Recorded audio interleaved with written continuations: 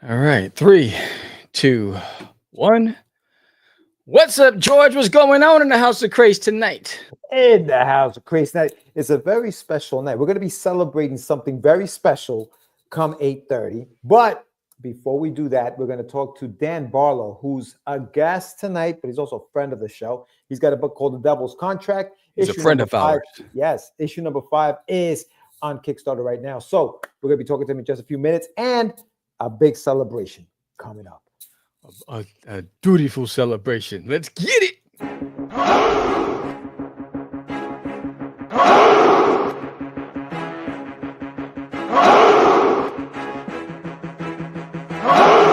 We are the only show for independents all around, giving you a platform to spread your word all over town. Catch the Craze is the place to promote to your fans with the dream of Medina and Sam the Crazy Man. Subscribe to our show and never miss an episode. It's time to get your meds, listen to us on the go. Updated every week, we never miss a day. Join the squad, come on in. It's time to catch the Craze. If you are an independent, catch the Craze. Making moves on your own, catch the Craze. On your grind in the streets, catch the Craze. Join the movement, catch the Craze.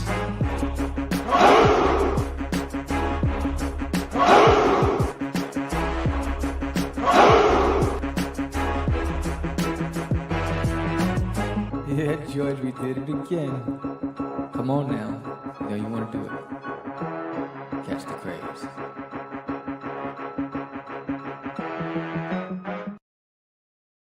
Welcome to Catch the Craze Podcast. I'm your host with the most, Sam the Crazy Man Vera, and I am what? George, the Dreamer Medina. What's happening, everyone? Welcome to another exciting episode of Catch the Craze. It is April Fool's Day today, so there is no show. We're just joking. Nothing's happening tonight. There's nothing. There's no Kickstarter. There's no guest. It's just me and Sam talking, chatting, doing our thing. Not true. Not true. Nah. We're going to have fun tonight. We have Dan Barlow, as I mentioned, on the show, plus Doodie. Doodie comes back. Major comeback, celebrating a big milestone for Doodie. It's a little early, but we're celebrating anyway. Hello, everyone. Yes. Lou, what's up? Ed is in the house. Yes. Paul is in the Paul house. is in What's the up, house. my brother? Paul, the Chris is in entrepreneur the house. himself. Gilly Gill is in Gilly, the house. Thank you, Chris. everyone, for joining us. Yeah. If you haven't done so yet, hit the like button. Hit the Yes. like, subscribe if you haven't done so.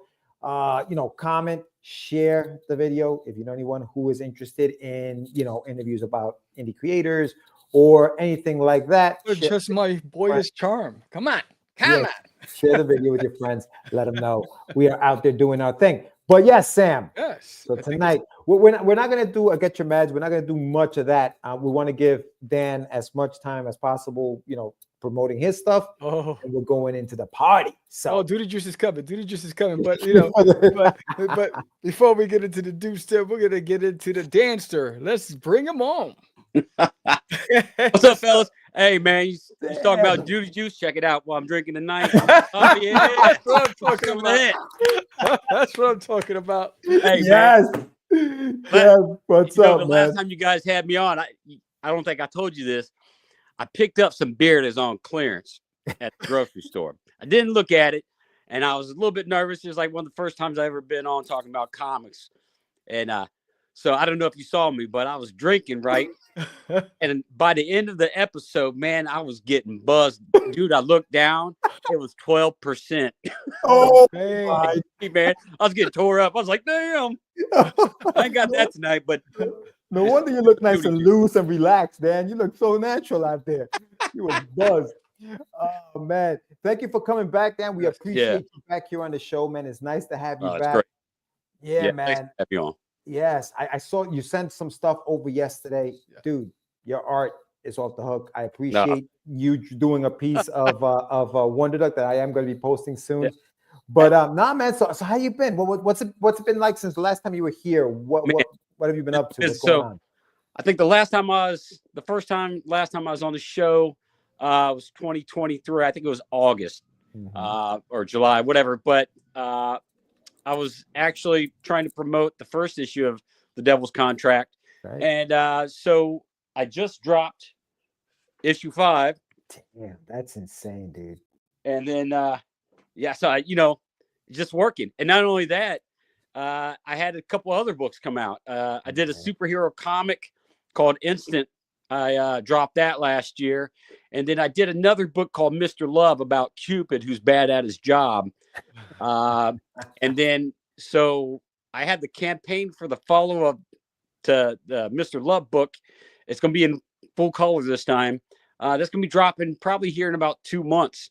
Wow. And also, I'm getting everything ready. I'm going to drop the first trade for the Devil's Contract. It's going to be issues 1 through 3, a bunch of extras, a bonus story, and all that's going to probably come as soon as the campaign wraps up for issue 5 on the 6th of April. Right. Probably a week or 2 later, I'm going to try to get this one kicked off for the trade and see what it does. Who knows? You know, but that's fun, dude. Loving life. Dude, that's awesome.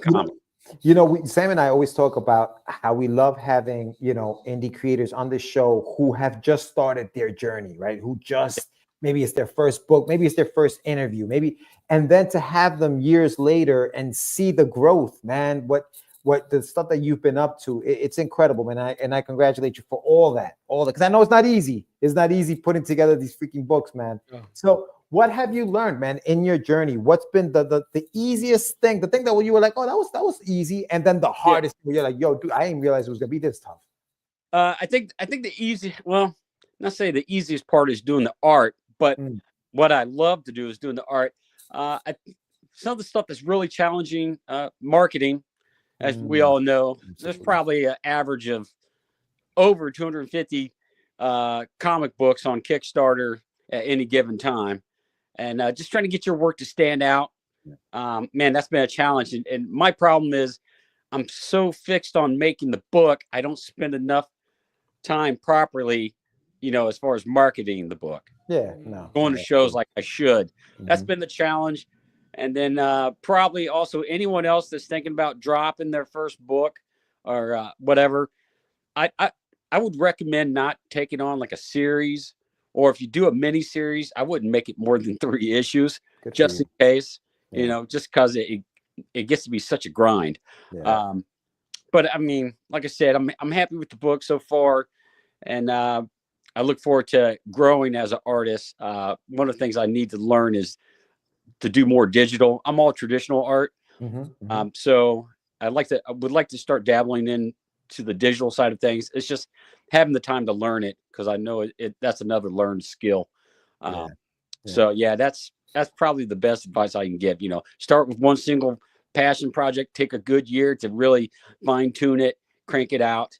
And if you can find a team of like-minded creators that want to join the party, man, I'd say be open to people and open to other people's ideas to help make a good product, No, man, I agree. And I love what you said. Like, listen, growing up, if you collect the comics, huge fan of the ongoing series, right? You want that comic every month. As an indie, that's tough. It's not easy to put a comic book out. Year, never mind every month. You know what I mean? Like it's tough just to do it that way. So when you commit yourself to doing an ongoing series, you start realizing that it's going to take longer than I thought. So good advice on your end to maybe start small and then do what you have to do. But dude, 5 issues, bro. 5 issues. That's pretty incredible. How long does it take you to create your single issues? So normally I've been averaging one, I think every 7 to 8 months. Issue 4 came out in July of last year, and by the time issue 4 came out, I was already, I don't know, maybe 6 to 8 pages into issue 5, and as we speak right now, issue 6 is, I think, 10 pages. Wow, that's not bad though. But my dumbass tackle more than I want to. I have 4 projects going on. And 2 of the projects I'm probably already 20 some pages into it. But I need to settle down and put more focus sometimes on a solo project, but we'll see. Like I said, I'm pretty excited for some of the other projects coming out, just because I want to have more product on my table. And then what I've been picking up on is that I don't have that many backers. Now, granted, I sell more books at a con, but my Kickstarter campaigns aren't big. I think right now I only have 20 backers. Yes. I think I lost some, but instead of canceling the series because I'm too hard-headed and stubborn, I want to see it completed. Sure. So I'm going to keep going for several more issues until it's done, until that story arc's complete, and then we'll see. But I also have some other projects, and we're going to see what hits. If more people want Devil's Contract, great. You know what? I'll do another story arc. If more people want this crazy Cupid character, man, it sounds good. I'll give them whatever they want. I got you. That's the thought. Are you the artist, the pencil and inker on all these books, right?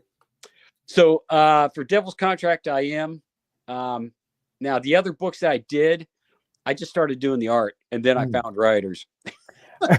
And sometimes the writers are like, "Damn, dude, come on now."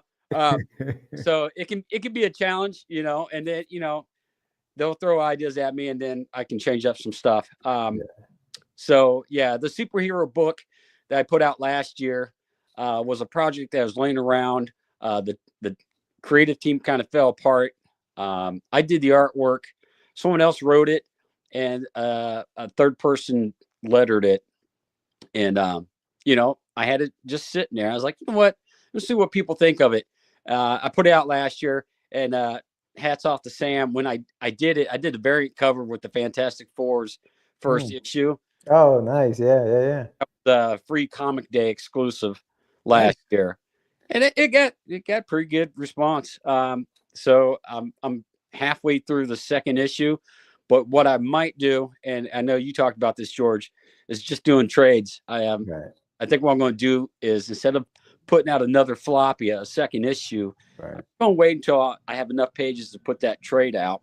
Yeah. So it might not come out this year. It might be next year, but we'll see. I'm going to try to, really fine tune it.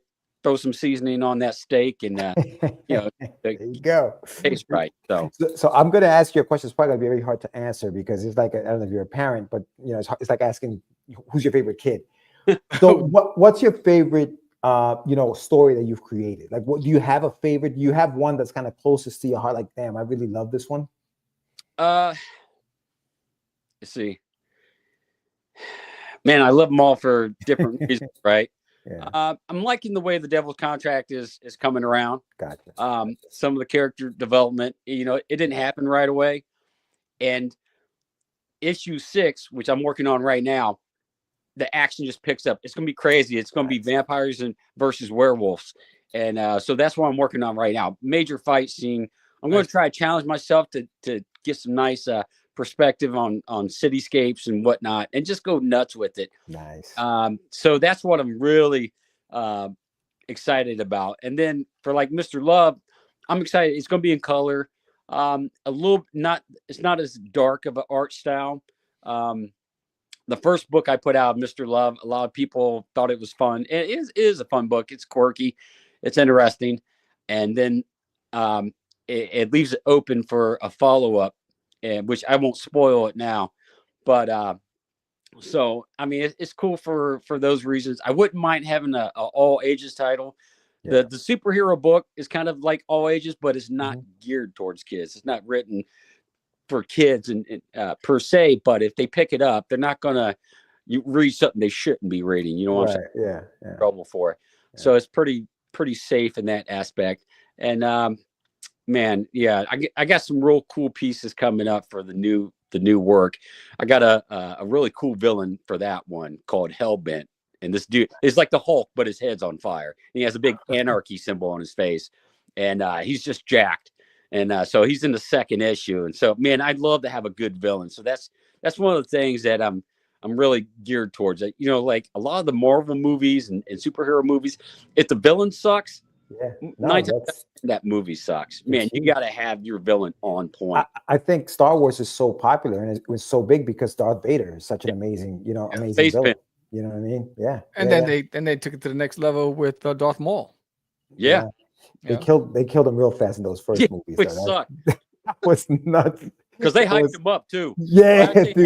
Well, they put a banana on the set, and so he slipped. Yeah, play that song "Duel of Fates" from that episode 1 in your car, man. Bump that, just crank it up.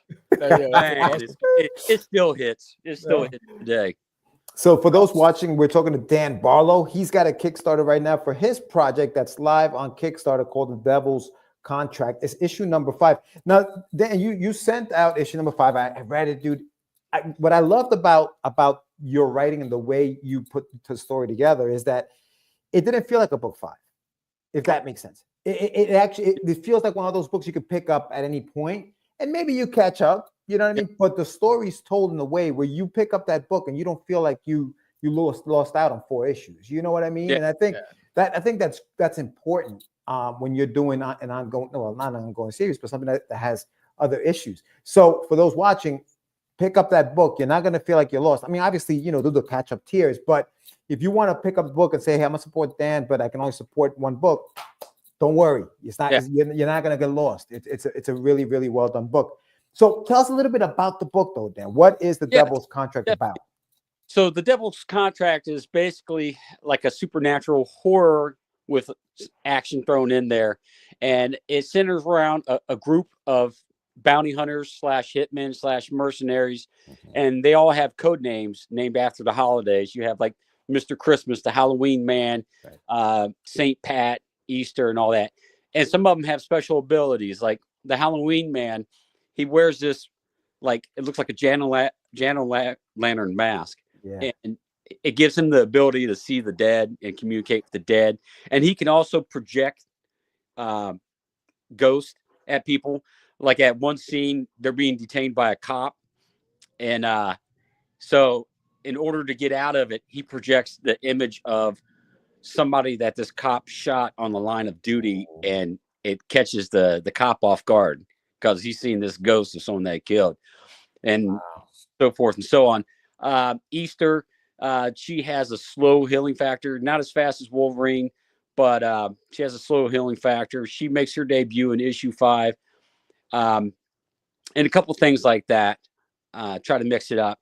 And so what happened in the story so far is that they take on this job. There's this mysterious kind of guy. He's like used to be a preacher. Now he's kind of into all kinds of things. And that idea for that character, man, is probably about 20 years old. Wow. And this dude's kind of like, he has his own Epstein Island, which is crazy because there wasn't anything like that in the news when I thought of it. Right. I just thought of, this resort for the rich and famous, where they try to do all kinds of dirty deeds. So anyways, he hires these guys to track down someone that used to be in his congregation when he was a preacher. And at the end of the first issue, you find out that guy is actually a werewolf. And he has a twin brother, which you find out in the second and third issue, who happens to be a vampire. It happened at different times, but they're identical twins. And there's sort of a love triangle there, this chick. I didn't read the Twilight books or even watch those movies. Right. And I wasn't trying to go down that angle. I just wanted to have this perspective that there's going to be, these bounty hunters are going to be stuck in the middle of a vampire werewolf war that pops off. And then they still got this shady dude that is, giving them work. And like in issue 4, the character St. Pat, everyone thinks he's crazy because he talks to this angel, and the angel tells him what to do and whatnot. So in issue 4, after they drop off the werewolf to the main dude that hired him to get the werewolf, the St. Pat guy sneaks in there, and he finds out that they're sex traffickers, which before it hit the news, it had P. Diddy in it, and it had Jared from Subway. Even though I don't say the name, but it looks like them. I kind of told you what the names. And you pulled the freaking Simpsons on that, man. It's like you were projecting the future with the Diddy stuff. That's crazy, dude. Yeah, that's freaking insane. Yeah, when people pick up on that, they're like, "Man, how'd you know?" I'm just like, "Man, I was just guessing." You you hear rumors, right? But it really adds to the story, and not to really highlight sex trafficking so much. I just wanted the character that, he was told he was doing the right thing, and he steps in to take these, these clowns out and save some kids in the process. So now at the end of issue 5, there's going to be repercussions because they're like, who the hell did this? And they're like, oh, we think we know who did it. I think it's your holiday boys you've been hiring and all this stuff. So, as it goes a little bit deeper into it, it's going to have some repercussions because that dude is going to put a hit with all these other bounty hunter groups on this select group of bounty hunters. Kind of like, God, man, there's that crazy movie with a bunch of different bounty hunters in it, and they had to go get this dude that was locked up in a hotel, Smoking Aces. Oh, yeah, okay. They had all these different crazy bounty hunters. That's going to happen within the Devil's Contract, aside from the werewolves and vampires. So, dude, the fact that you've incorporated like werewolves and vampires into the story, it's kind of sick, man. It's kind of sick. One of my favorite pages of the book is I think it's like page 11 when you guys get it, and it's this huge, like, it's just like a nice setup shot of the Holst estate. And the way you drew that, dude, like, how long did that page take to render? Because you have the house on the top, and then you had like this really cool pickup truck, like old school pickup truck on that page, which was so well illustrated, dude. Like, the artwork is insane. How long did something like that take you? Like, when you're sitting down, and you're like, all right, let me put this page together. Because I know Sam knows about putting these pages together. They take time. I think Sam can attest to this, man. Sometimes that page didn't surprisingly didn't take me that long because I was very inspired that night, because I do my artwork at night after I get home, take care of dinner, laundry, whatever, spend a little bit of time with the family, and then I go downstairs, retreat downstairs, and start doing art for a couple of hours each night. And I think that page, I penciled it that night in like hour and a half. Wow. Or something like that. Nice. And then sometimes you get a pencil drawing and you can't wait to ink it. Now, granted, I'm not the best inker. I'm still learning. But sometimes, man, I get very inspired to ink a piece and I just jump right on it. So, yeah, it probably took another 2 hours to ink that page. Yeah, I really like that. That's a cool character. That he's one of the bounty hunters, but he's an old vampire. And so they're recruiting him because they're like, hey, we got a coven of vampires we got to go after. We need your help. And this dude's like, why you want to bring me on to eradicate my own kind? And they're like, no, you don't understand. These vampires have no rules. They don't follow any code or anything, and they're going to risk exposure to all the vampires unless we stop them, and stuff like that. So and I do want to do his backstory, just like a probably in the trade. I'll throw a bonus story in there because he becomes a vampire during the 1800s. When he's working for the railroad as a land surveyor out in the Wild West. Yeah. So, and there's a whole story behind that and all this cool stuff that I have written out. So we'll see, man. I like that character. I try to model him off of an actor. Man, what's that guy's name? He's an oddball actor. He takes on a lot of crazy roles. Jim Carrey? No, he was in Red. And he's gonna be in the Superman movie too. Dude, man. Oh man, what's that guy's name? I'm trying to think. Man. I normally know this stuff off the top of my head. And I can't believe I'm messing his name. He was Cyrus the Virus in yeah. John Malkovich. You're talking about John Malkovich? Yeah. All right. I was like, man, he would make a cool vampire, and I was like, yes, what? Let's make him a vampire. You know, Chris had it in the chat too. John Malkovich. Yeah. What's up? Yeah. So no, that dude. That, you know what's cool about that character too? It looks like a really cool cosplay too. You know what I mean? It wouldn't be too complicated to do. You get the mask on with what he's wearing. And we're good to go. Yeah, it would be a really, really cool cosplay. Yeah, and I like on the cover, I gave him an umbrella. So he can go out in the sun. He has a scarf on. He's dressed tethered to it. He has an umbrella on. So I actually have, and I'll have to send it to you guys. But yeah, he's on the front cover of issue 6 as well. So that's already done. It's in color. There's a couple guys I seek for color work. So that one's coming along pretty nice, man. Wait till you see issue 6 though, man. I got these sexy vampire chicks jumping off buildings and stuff at night. It's pretty cool. And there's a werewolf character I introduced. He wears the old bowler hat. And he drives the old like hot rod tea bucket. I love drawing trying to get some of the older cars in there and just Oh, dude, build that world. I don't need to put cars in there really, but I was, you know what? Let's throw an old truck or an old Cutlass, old Chevelle or whatever in there. Dude. Yeah, you kill it with those drawings, man. I love it. I love it. Yeah, nah. So definitely, awesome. I'll get you guys copies of the other issues too. Like, and I'll send you the other books too, man. Cupid and the superhero stuff. I think you guys will like it. So, yeah, dude. So I mean, it sounds like you have a lot going on, Dan. And I'm like I said, man, I'm very excited for you, dude. This sounds like finish it at this point. Like you said, you're hard headed anyway, so just finish it at this point. Yeah. How many issues? How many issues are you thinking? So I laid them out the other night, and I think 9 issues would be solid. Okay. Tell all I need to tell, because the next issue is the werewolves versus vampires. Issue 7 is going to be the holidays going after the vampires, and also have to deal with these other mercenary groups coming after them. Yeah. And so it's going to be like a Mexican standoff, man. You got everybody trying to get each other and shit, right? And then, awesome. So that's going to be 2 issues right there. And then I wanted to wrap everything up in issue 9. Like the twin brothers, they don't even know each other is still alive. Wow. So I can't wait to draw those pages where they're both captured by this Epstein Island guy. The preacher, and so they're going to be at his resort because the preacher's going to sell them off to the military. Jeez. So they can do whatever, because he kind of deals in arms dealing, all kinds of shady stuff, right? Yeah.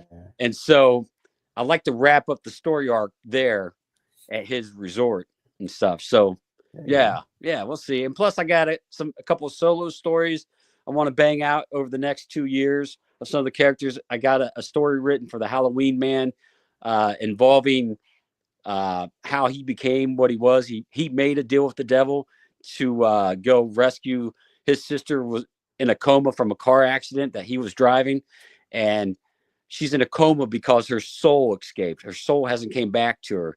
That's cool. And they're telling her, they're telling the Halloween Man, his name's Keith, hey, you want to get your sister's soul back, this is who you got to go talk to. This dude comes in the bar on every blue moon or every full moon or whatever that day, and he's in the back room and kind of dark, shady area and stuff like that. So he goes back there and makes a deal with the devil. He gets what he needs to go try to capture his sister's soul, but it's not that easy because there's a character called the Nowhere Man who's like kind of in limbo, and he collects souls, and it's all centered around a festival, kind of like not like a music festival, but a festival where these people can experience out-of-body experiences by drinking this kind of liquid, this like black liquid, and they can leave their bodies, right? So he goes there because he knows the Nowhere Man's going to be there to try to snag some more souls, right? But he's really going there, to find his sister's soul. And so that's this whole thing I've written out last month, and I got a bunch of sketches going down for it. I would love to not exactly copy Mike Mignola, but that's one of my favorites, him and Silvestri. I can see that. Okay. But to try to tap into some of that dark storytelling, and I love how he uses architecture and even small panels of animals and stuff like that, and the way he plays with shadows and lights and darks and stuff. Yeah. So I'm really going to try to. I'm heavily influenced by that, and so I'm hoping to do that. I might even, I don't know if I'm going to keep it black and white. We'll find out. Yeah, but we'll see, man. It's gonna be fun, and that's the main thing: is having fun with it. Yeah, for sure, man. Yeah. Dal says it's really nice to see more and more indie creators making it past issue 3, especially when they get close to double digits. I'm so used to so many not even making it past issue 1. So yeah, good point. Yeah. But Dan, thank you so much, my man, for coming on. Listen, whenever you have anything coming up, you know the link. Just sign up. You know what I mean? Just put where we live in the schedule. And come on down. We'll talk more a little bit more about that though. Those pinball machines. I'm envious. Look at that. Look at that. Yeah, look at that. That's balling right there. That's awesome, dude. That's balling. That is freaking awesome. Yes. That's my pride and joy. Man, that's side hustle money right there. There you go. For about 5 years. It took me 5 years to save up to get that one. And then, you know, I got a couple of other classics. That was supposed to be Top Gun back in the day. And then this is one a friend gave to me. This one's a classic, The Black Knight. Nice. Ooh, that's sick, So, dude. and I got a comic I want to do with those with pinball, but you know, first things first, I got to finish the Devil's Contract. There you go. Finish it up, man. Finish it up. Yeah. Dan, thank you so much, my brother. You be good, man. We'll talk Hey, guys, soon. I appreciate you both. You All got right, it, man. buddy. Take care. All right, that was Barlow. Dan Barlow. Again, the link is in the chat. Link is in the summary. Go check out his campaign. is running right now. Great guy, talented artist, talented Awesome. creator. Awesome And dude. I love dude. I love the ambiance in the background. Yeah. Yeah. Definitely check out the book. And big shout out to Hugo Dahl, who has made it back. I know, man. It's been a while. Wow, the prodigal son has returned. Yeah, we dude. missed you at Texoma. Yeah, dude, we missed your Texoma, man. Yeah. But yeah, no. So yeah, big shout out to Dan. Thank you so much for coming through. And like we said, you know, he's always invited. We're always welcome to come. But Sammy, I think we got something happening at about just a few more minutes. Like We got something happening in a few minutes, man. It's his birthday time. It's Doodie 20th anniversary, bro. That's Oh, a huge milestone, bro. look at Ed's comment. Oh, we changing backgrounds. Wait a minute. Background. Wait a minute. This got weird. Yeah. So Hugo, I missed you guys too. Oh, it's been busy. I got you, brother. Ed, Yeah. do your duty and hit that launch button. So Sam. before we launch, I want to bring it back. If you know that Bring it Doodie back. was founded in 2005. 2005, right? It's his 20-year anniversary. You know, Crash Saturday is actually Doodie's birthday, but we're doing it live today. And I'm excited for all of you to be here. First of all, thank you, everybody who's been on this journey with us throughout the years. Thank you for all the independent creators that have been hustling in the game with us since back in the days. You know, we grew up with Daphne Lage and JD Calderon, right? They used to be our printers, right? And, you know, I mean, we go back a long way. So thank you all of the new friends that we made over the years, the old friends, and thank you everybody who showed up tonight. I'm excited. It's the 20th anniversary, and I can't wait to share this with you because this is my best work yet. And, you know, when I look at issue 1, I look at what I'm doing now, I'm like, man, who was that novice guy who did issue 1, right? I'm like, oh my goodness. Now I'm like, do I want to go back and do that all over again, right? But, you know, we talked about that before, right? Yeah, Should you go back and change your issue ones, right? But you know what is history? I get to see my journey. I get to see my journey, right? So before we kick it into high gear and celebrate Doodie's birthday, because I would love for all of you to sing with me tonight. As we celebrate his birthday, we got Doodie's favorite cake.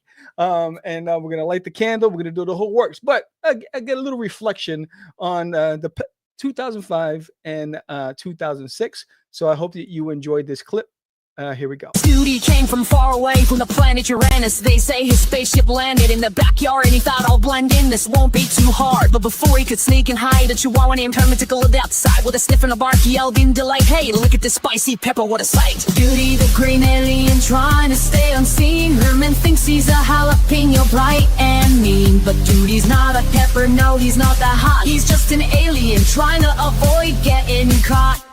Herman's barking loud and clear, whoever owns this jalapeno, come here. Doodie's sweating in his alien boots, wondering how to avoid being put in a stew. He checked her up, but Herman's fast. He's lipping at Doodie's pee, nipping at last. I'm not a pepper, I'm not a snack. Doodie shouts, but Herman's on his back. Doodie the green alien trying to stay unseen. Herman thinks he's a jalapeno, bright and mean. But Doodie's not a pepper, no, he's not that hot. He's just an alien trying to avoid getting caught. A ticket to the other huge event this weekend, Comic-Con, which is sold out. You'll see a lot more than just comic books, but comic books still at the heart of this international event. Here to share his sci-fi adventure series with us, Samuel Vera with There's an Alien in My Toilet. Hello. How are you? Good, how are you? Pretty good, thank you. Thanks for coming in. Thank you. This is so exciting. New York native Samuel Vera invaded the comic book world by starting his own company, Crazy Comics. From early on, illustrating came naturally for Vera. You know, grew up in a community of, a social community. We did a lot of active things in the streets. Vera's first venture into the comic book industry introduced the extraterrestrial characters Doodie and Herman.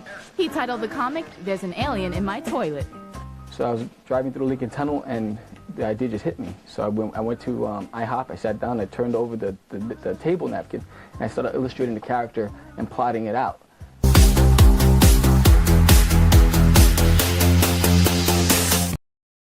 Don't talk about the hair. Don't talk about the hair. Yo, I can't hear you, George. You are looking like John Bender. John Bender. You know who John Bender is, right? For my Breakfast Club fans, you're looking like freaking Judd Nelson up in that video. I know. Holy snap! Oh, I'm still alive when the 10th book in my series is released. I'll definitely remaster book 1. The Temptation, yes, indeed. I know, it's crazy, right? I was young. Now I look like Moses. That It's, is nuts, dude. Oh, that is yes, great. but Amazing. I love for everybody to sing along before we launch Oh. the campaign. It is Doodie's birthday, and where is the Dudester? I gotta go and get him. What are you doing, Doodie? I forgot to get him. Hold on. Gotta go and get him. Holy guys. Right? Tell me that's not true, Chris. Don't you forget about me. Oh, all right, so man. we're gonna go back. We're gonna the curtain bags. So we're gonna go back to the original Doodie that from back in the days. Is the original prototype, and we're gonna sing a little song to Doodie. So I love George. You're gonna have to sing today too, dude. When you say I'm gonna go get Doodie, I thought you got I the wish. costume. I wish. thought you were about to bring out Des wish. in the costume real quick. I wish. So everybody, it is Doodie's 20th anniversary. Can you sing along, George? Let's go. Happy birthday Wow, to you're gonna you. do this? Come on, George. You're gonna do this? We'll do the old-fashioned way. The old-fashioned way. Happy birthday to you. Happy birthday to you. Happy birthday, dear Doodie. Happy birthday to you. And many more. All right. Doodie All loves little right. coffee cakes. So, all right. So it's Doodie's birthday. I'm excited. I can't wait to share the story with you. I'm going to hit that launch button. I'm going to share the screen, get that launch button going. Hopefully everything goes well tonight. And if I can get my mouse to go, let's go to present screen. Let's see, entire screen. There it is. Well, I'm going to go, yeah, entire screen, which is this one. Boom, share. And I gotta remove that now. This is what happens when you create some new stuff. You gotta start fixing stuff. Right? Bam. All right. So let's see if we can get this going. So I'm ready to launch. Here we go. I'm excited for this. Ready to launch? Yeah. All right, launch. Little drum rolls, please. Oh, here we go. Launch project. Is it launching? When it's going, I see it. Congratulations. You're live. All right. Thank goodness for Chef Boyardee. All right. Let's take a look at these campaign, Sam. I'm excited for this one. All right. So this is probably the campaign, the story that's challenged me the most. Right. And just a few things. If we make gold tonight, I will be raffling off the brand new graphic tee, and I'll show you on the screen in a few minutes. So I'll be raffling that off. And for all physical backers. But for every 10 backers tonight, I will be raffling off an original sketch card. If you're a physical backer, if you're a digital backer, you'll get another couple pages of puzzles from Doodie's puzzle book. Brand new puzzles for this year. So if you're a digital backer, you get something. If you're a physical backer, you're going to get an original sketch card. You just tell me what version of Doodie you want, whether it's Doodie as Batman, whatever it is, and I will draw it custom for you. So for every 10 backers. So what's new in this story? Before I even go to the campaign, I want to go back to us and just tell you, in this campaign, in this story, issue 1, Doodie crash lands on Earth, right? Doodie heads to Earth because we don't know that it's a running joke to get Doodie out of General Goatee's hair, right? They sent him to Earth, right? And so he comes to Earth. He bites off more than he can chew because he doesn't refuel. He crash lands. Now he has to survive Earth's simple creatures. Then what happens? Issue 2, he's still trying to break out the woods. And at the end of issue 2, he deals with wolves and bears and ants and all that stuff. And then he sees the house. Issue 3, he gets into the house, his first interaction with Herman the Chihuahua, right? And then, issue 4, the agent's after him, the government's after him. Bobby thinks he's seen an alien in a toilet. The dad thinks he's going crazy. He's the running butt of jokes with his friends at work. He meets a weird janitor, right? Issue 5. It just goes on and on and on, right? So issue 7, this issue right here, what made Doodie is his dream sequence. And so when he becomes larger than life characters, and in this issue, we get another dream sequence because you didn't get one in the last issue. You get another dream sequence, right? So what is it inspired by? The title is No Boo for You, right? And that's because there's a ghost busting organization that's hunting Doodie because the dad Alan thinks that he saw a ghost, but it was actually Doodie. If you got issue 6, no spoilers, he was walking through the house with a blanket over his head.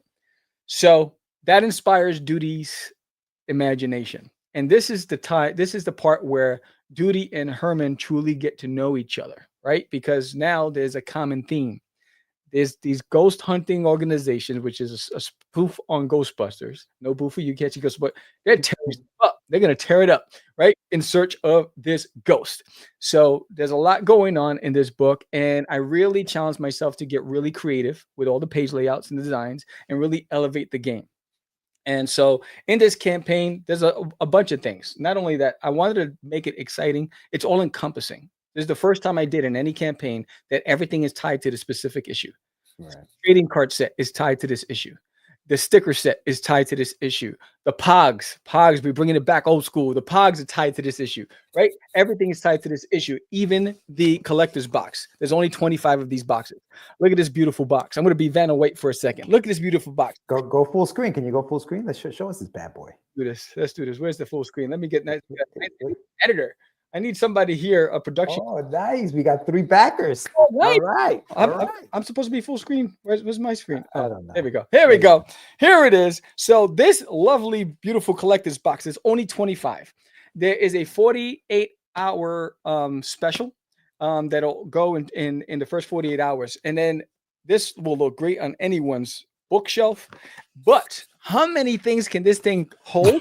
I can tell you right now, it holds 5 graphic novels and 2 comics. So if you don't believe me, look at this. This is the original Doodie Designated in My Toilet from back in the days. This is when it was published, that was distributed in Barnes & Nobles and Borders and all the bookstores.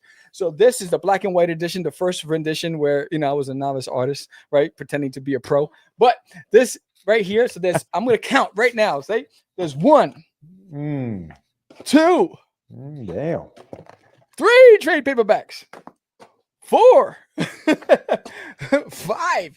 Look at all the books plus 2 additional comics. So you can pack up a lot in here. And that first 48-hour special that'll go. You can also get there's 5 of these boxes available as an add-on separately.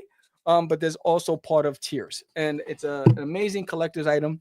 The trading cards are tied to this series. The stickers are tied to this series. It's just there's just so much going on, and it's the first time I wanted to do something that's all encompassing, that ties into the character. Let me go back to George. That ties into the character and the entire series to make it really a collector's find. Not only that, the homage cover. So there's an homage cover to Fantastic Four #1. And if I can pull that up. So yeah, show us some stuff. Yeah. Give us an insight. The campaign looks awesome. You came far from when you started at Gibbs. Who's that? That was Ed. I just saw that comment come through. The Ghost Doodie. You heard the plop, felt the splash, but when you look at the boat, that's the black hole that powered his wife's purse. What Gibbs? I think Gibbs. Yes. So let's go back to the presentation. If we go down, we got the 48-hour bundle, which is right here. And what's in that bundle? You get all 4 covers. So you get the limited edition homage cover. You get all 3 covers. Now, each cover has a different ending, right? All right. So there's 3 different covers with 3 different ending, with the exception of the homage cover. The homage cover is the exception, and we don't even know if that homage cover has the right ending either. So with the exception of the homage covers, those 3 covers, they all have a different ending, and only one ties in to issue number 8. And you won't know until you get that book. It's delivered to your home, or if you order the digital version, you won't know because if you get the digital version, you'll get a digital reward with that. If you get the physical at home, it'll say congratulations, and there'll be a gift in there with it. So you'll get a special item in the mail. So this Uranus bundle has the trading card set, which is a 6-card set. It has the 4 covers. It has the sticker set. There's also there's 5 in the sticker set. It's the No Boo logo. And then you got the Pogs, right? Bringing it back old school. and then you have the limited edition collector's box, and this is a steal, and so this is amazing. So that's available as well, and there's just more stuff about Doodie. Then the back issues are available. So if you're just watching this for the first time, you've never heard about this in my toilet, the back issues are available. You can get the graphic novel volume 1, and you can get issue number 6. So that's also available on this campaign. If we reach to 100 backers at the end of this campaign, everyone's going to get this 4-inch sticker of Doodie Falls sticker. So that mashup that's free to backers if we get to 100 at the end of the campaign. And then again, here are the covers. That's cover 1, A. That's cover B, C, and then there's the homage cover to Fantastic Four. So if you are a Fantastic Four fanboy, fangirl, and you're an homage collector, you're gonna want to get this because I'm only doing 100 or whatever the count is. I'm printing 100 unless I get more orders than 100, but I limited it to 100 on this campaign. So there's only going to be 100. And then if we reach 2K, everyone's going to get the soundtrack. And you heard the first song of the soundtrack.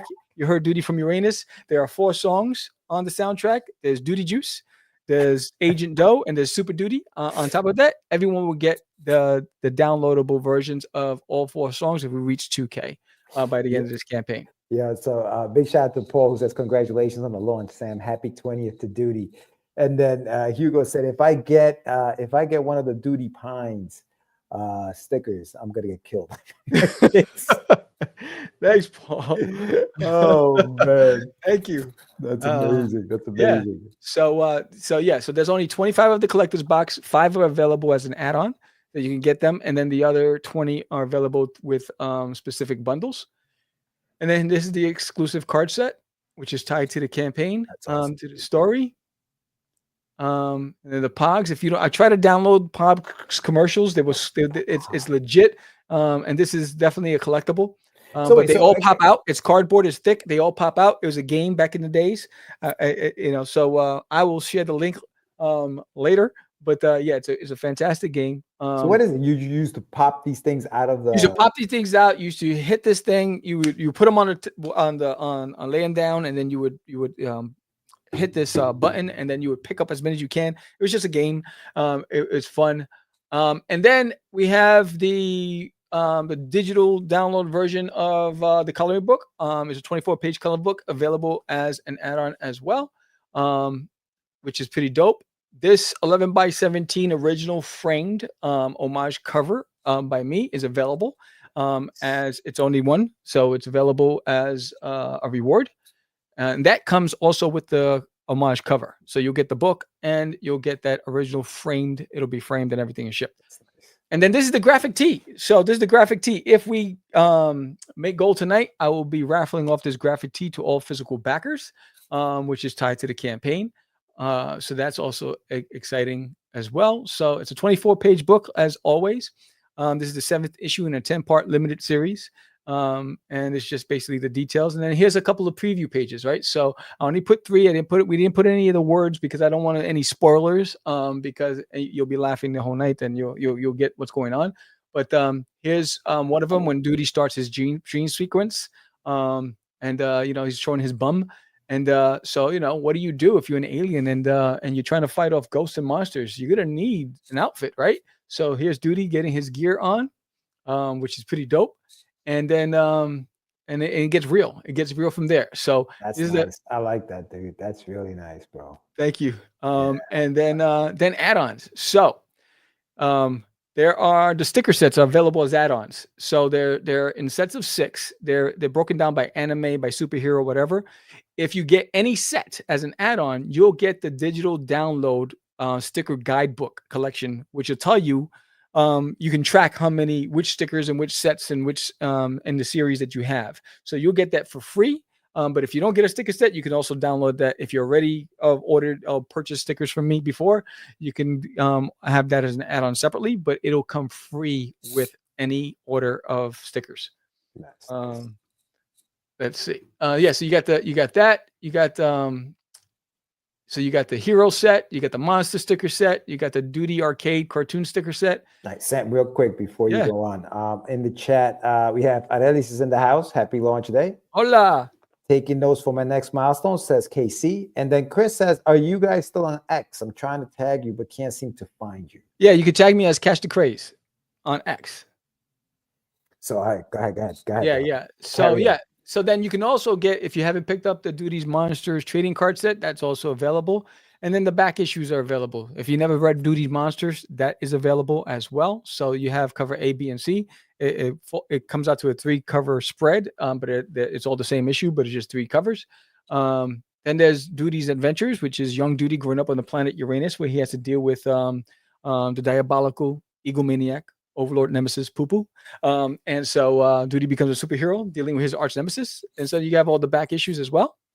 And then I still have an inventory of the limited edition Puerto Rico cover of Doodie as Rambo. Yes, so that's available as well. And also I have a few of the limited edition Back to the Future cover.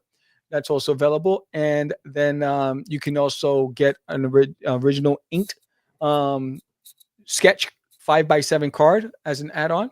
And then I have a lot of prints. So there's a lot of Doodie as prints. You see, you get Doodie's as the Ghost Hunters 1 and 2, but then you have a lot of different prints also available as add-ons. So if you're missing any of these prints and you want to add to your collection, that's there.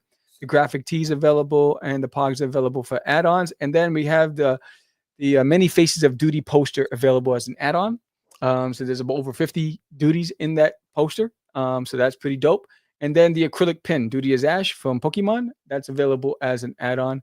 And then you look at these 2 guys on the run, you know, they're looking for us. Dice is looking for us. Yeah. It's like, what a little. Find me, son.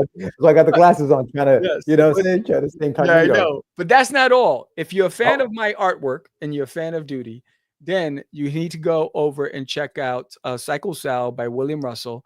Launches this Friday on Kickstarter. There's Doodie as Psycho Sal cover that I did, published through Charter Comics, and it's coming out on Kickstarter on Friday. If you get that Psycho Sal and any cover from this campaign, you'll get a free gift from me, a free sticker.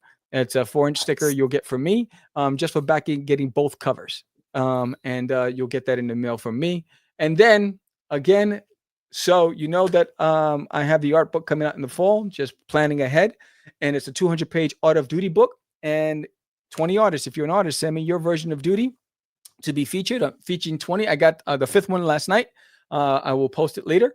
And so far I got from Lou Pons, Daphne Lage, Dwayne, and Penny, Aurelis' daughter. They're going in the book. So if you're a fan of Doodie, send me your rendition of Doodie. Extending it to May 1st. Send it to me, and it'll be published this fall when we launch on Kickstarter. And this art book, will be distributed to bookstores nationwide.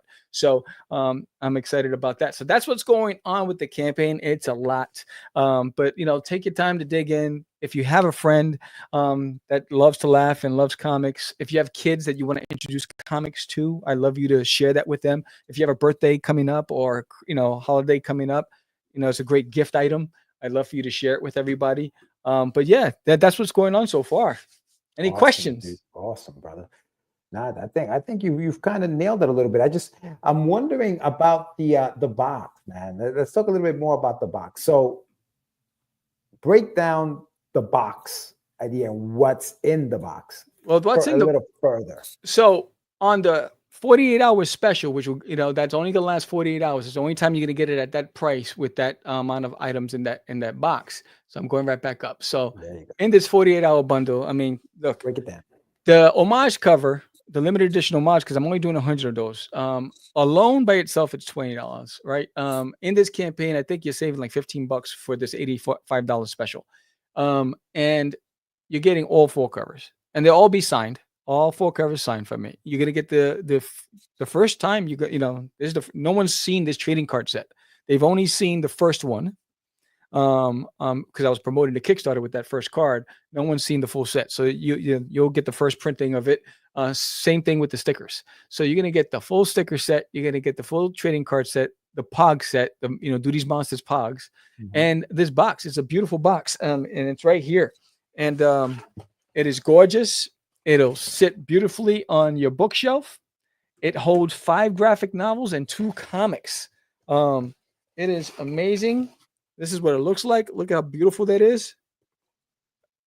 That box. So I know obviously it has it's It's got Doodie stuff in it. But I think that for collectors, right? When you go to conventions, sometimes you don't know where to carry your books, your comics. Sometimes when you go to conventions and you want to get them signed by an artist or something, that's a great way to transport your comics. Also, is inside that box you fit. I mean, obviously, Sam showed you can fit 5 graphic novels in there. Imagine how many single comics you can fit in there comfortably to go get signed at a show or something like that. So it's got a multiple use, man. You get, you know, it's a good little box there. And big shout out to Chris Fisk. Thank you so much. Boom, backed and shared. All that done. So big shout out to Chris. Thank you. Thank you. I'm sorry, I'm not seeing everything right now. I'm trying to get to everything as I'm working. Yeah. Sammy's he's multitasking right now. Yeah, I know. So we are yes, we are close. Well, I mean, 5 more backers, and we're gonna have the first raffle for original sketch yes. card. So for every 10 backers, I will be raffling off an original sketch card, and you will tell me what you want on that sketch card. So it's gonna be, it's gonna be custom. Yeah. Sam's riding too high on the hype. Come on, time to break on those tax return checks. Yeah, I'm still waiting for mine, bro. Still waiting for mine. Tax returns? Mine is next week. A little late. You know what I mean? Mine is next week. Yo, and just a little aside, when we're doing this as our side gig, we got to be careful with these taxes, man. We got to make sure that we're filing the right way. Yes. Take your time with that stuff, guys. Don't mess around with it. Yeah, you know that in Texas, I got to file quarterly sales tax. Oh, dude. Yeah. No, it gets complicated. Hugo, I didn't know Kickstarter took extension filings as payment. Mine went to credit cards. That's where mine's going, Casey. That's where mine's going, brother. But yeah, no, Sam, this is great, dude. Like, so challenges. Talk to me about the challenges of these pages, bro. Because I know you went through it, creating the book. So talk a little bit about the behind the scenes, creating the pages and getting all of this stuff done. It is like, for instance, the werewolf page that took me all day. From start to finish, I started at 8 in the morning. I didn't finish till 7:30 at night. So some of those pages, because I'm really scrutinizing everything I'm doing with this, right? And I really want to give you an elevated experience. I really want the reader to I want to take it to the level with my art. I want to take it to the level with the layouts. I want to take it to another level with the comedy. Yes. Level, right? I want to take it to a whole nother level with the comedy. And so it's a labor of love, but it is. And I also push myself because I'm doing 3 different endings with 3 different covers, right? And so they really challenged me to really make sure that I don't take any shortcuts, especially with the 3 different endings, because I want each of them to make you guess. Like, is this the right ending? Is this leading into the next page? And if you didn't get the right one, you're not only going to know until you get the next one. And when I sell out of the alternate ending covers, I'm only going to continue with the right ending from that point on. So once those other variant covers end, they won't be reproduced. I'm going to stick to the right ending cover and go from that point on. So it's going to be a one-time only collectible based on this campaign. So yeah, it's I don't know. It's hard to explain, but I'm really digging this process. What am I doing here? I'm really having fun. And I want you to have fun with me. I'm excited about this game. It's stressful promoting this campaign. I think I produced in the past 45 days 75 different graphics to promote this campaign, right? So you got to post and communicate and post and communicate and post and communicate. So that ain't fun. But my whole goal is I really want this one to be the best one yet. I really want everybody to have fun with this one. Thank you everybody who's given me feedback, and I'll read some of the feedback that I've gotten so far. But thank you everybody who took the time out of your day to give me feedback and share your thoughts on Doodie and the series. And thank you for the loyalists. Because look, all my indie friends out there, you all know there's nothing easy about what we do, but we love it. We love it, right? And so because we love it, it makes it that much more tolerable to deal with the challenges that come with it. The rejection, the pain, the losses when you're not making profit, all those things, right? it's worth it when I get things like, for instance, Aurelius and the kids, right? When they post that drawing that Penny did, right? Oh, that was amazing. Or or the feedback, like Lupin's, who's a fantastic illustrator, when she put down when she wrote down who thought that there could be so much fun on Uranus when she did a Doodie piece, right? Things like that, right? So when you get that kind of feedback, I mean, when you see what Daphne did with Dude. her version of Duty, right? Yeah. You know, Yeah. that for me, that's what makes it exciting. I think part of it too is the unsolicited love that you Yes. get. Like when for example, big shout out to Ed from End of Zed. When he did the pieces of Duty and Wonder Duck for us, you know what I'm saying? That piece of Duty, you know, the you know, with the tracksuit and stuff like that, like just like stuff like that. It means so much Yes. to us, you know, Yes. because you don't have to do that. You know what I mean? Like you really don't. You really Yes. don't. So no, big shout out to the community, man. Big shout out to the community. Big shout out to everybody and everybody here right now who's in the chat. You know, thank you so Yes. much for coming on and sticking around and watching the craziness that we do. And some of you every week, you know what I mean? You're here. So, you know, thank you guys very much. And, you know, big shout out to you, Sammy, because you carry on, brother. You keep going, dude. You don't stop. And that's what it's all about, man. That's what it's all about.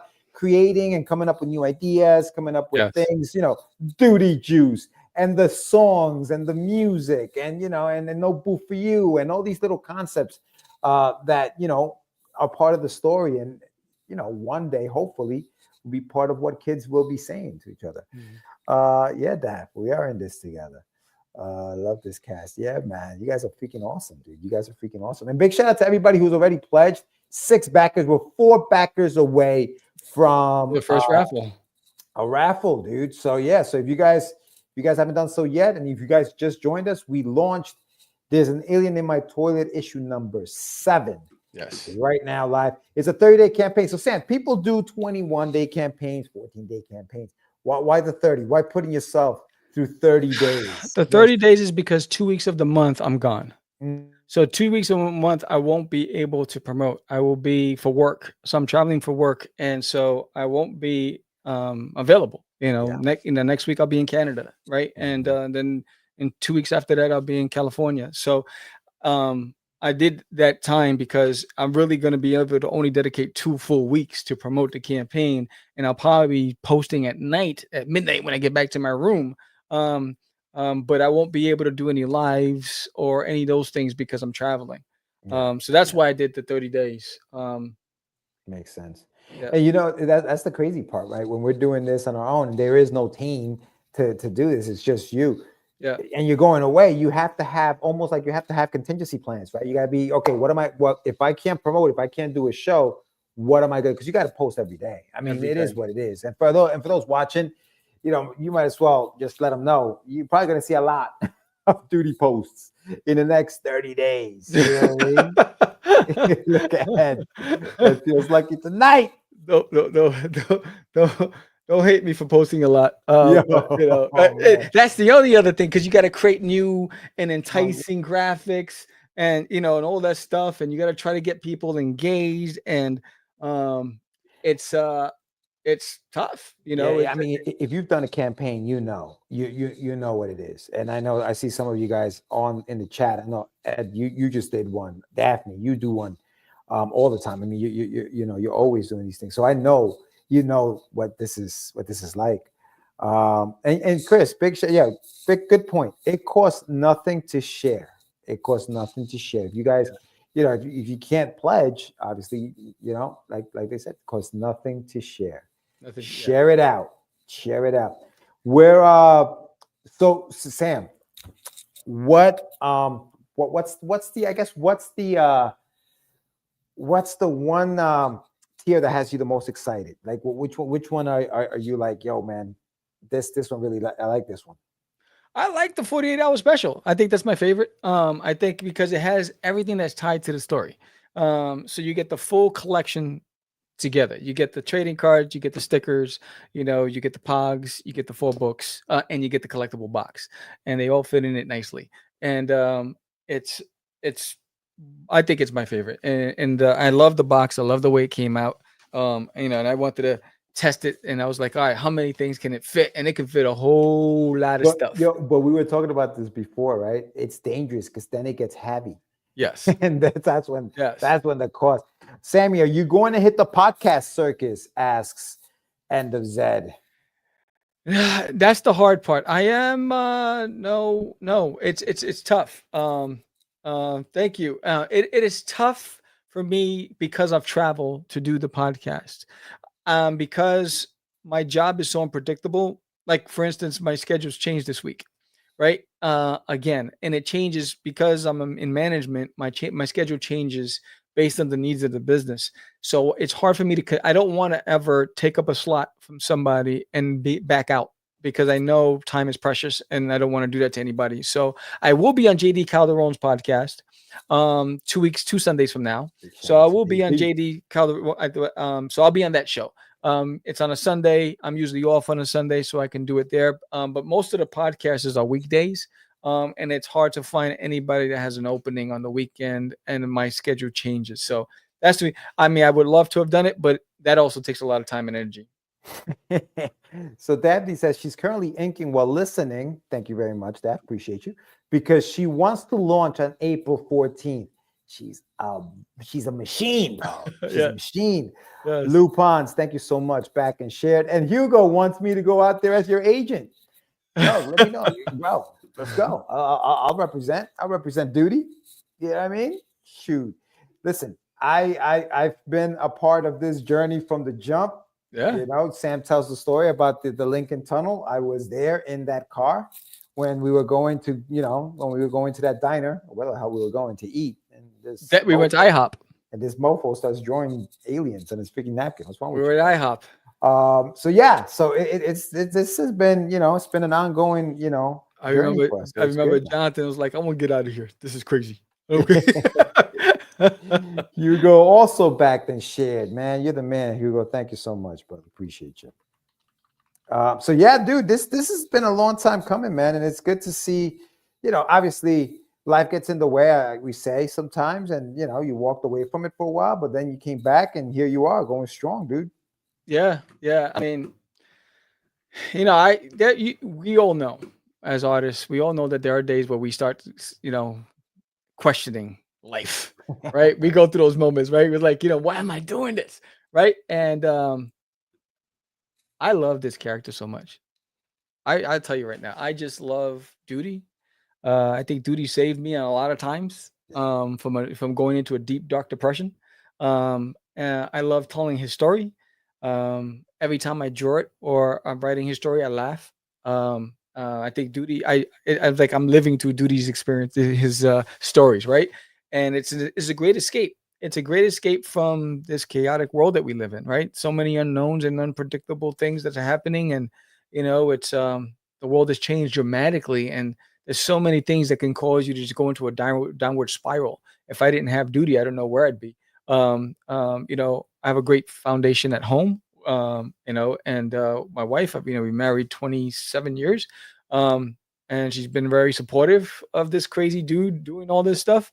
But I love it, and I want you to love it. And I hope that you enjoy it as much as I do, Yeah. Oh man, it's freaking awesome, man.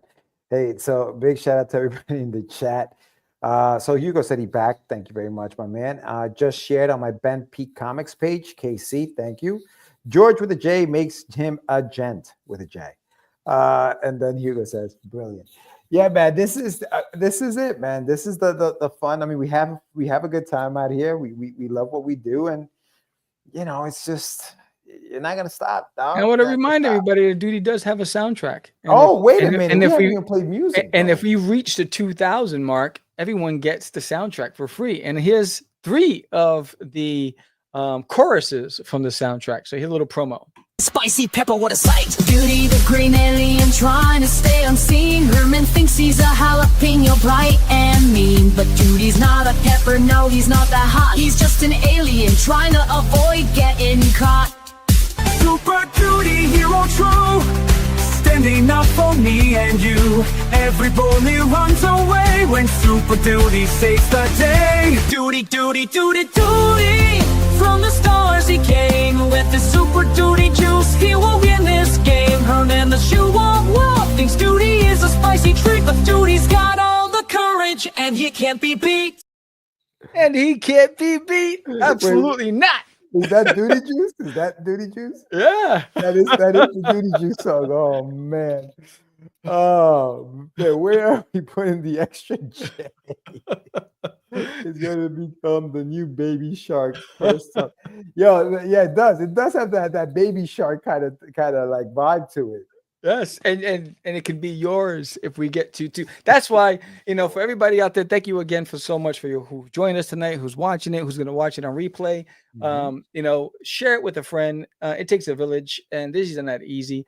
And Doodie knows what he's up against, right? We're up against with a whole different world of comic books today, and on Kickstarter, the adult stuff takes precedence, right? They dominate. 70% of Kickstarter comic book Kickstarters are dominated by adult soft content. There, that's all good, but it takes a village. So if you love to laugh, if you want another option that's different, and somebody who loves to laugh, or you want to introduce comics to a kid, this is a great way, because every issue has 4 pages of trivia, puzzles, and games that ties into the story. It inspires, focus and research and memory, right? And it's just fun for the whole family to play. So it's good for the moms and dads. It's good for the kids, the teenagers. But it's going to take a village in order to make this campaign happen. And I'm hoping to get as many people as possible for this campaign, and I'm excited. I do want to give a shout out to Geek Out Collectibles. They will be doing a book sighting in I'm gonna tell you where, in Texas. They just hit me up today. We confirmed it. I will be there because they have 2 where is it? It's hold on.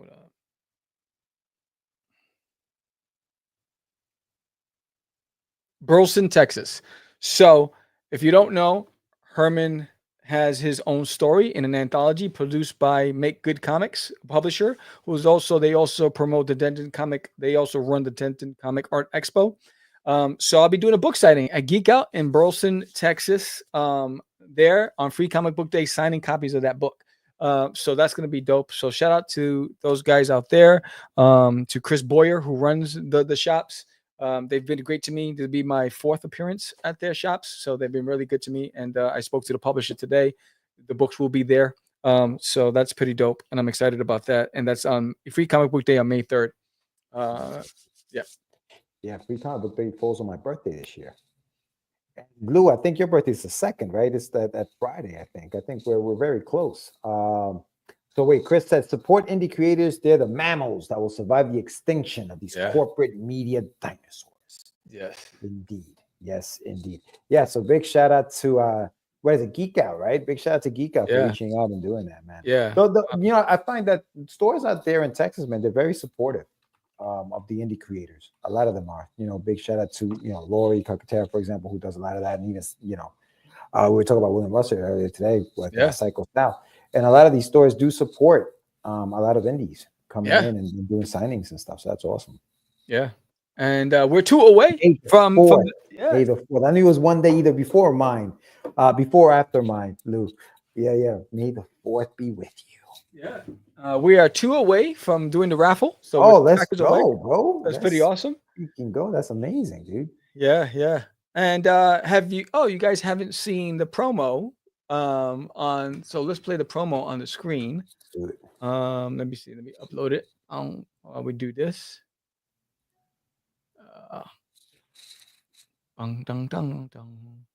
Add clip. Where is it? There it is. Boom. Open.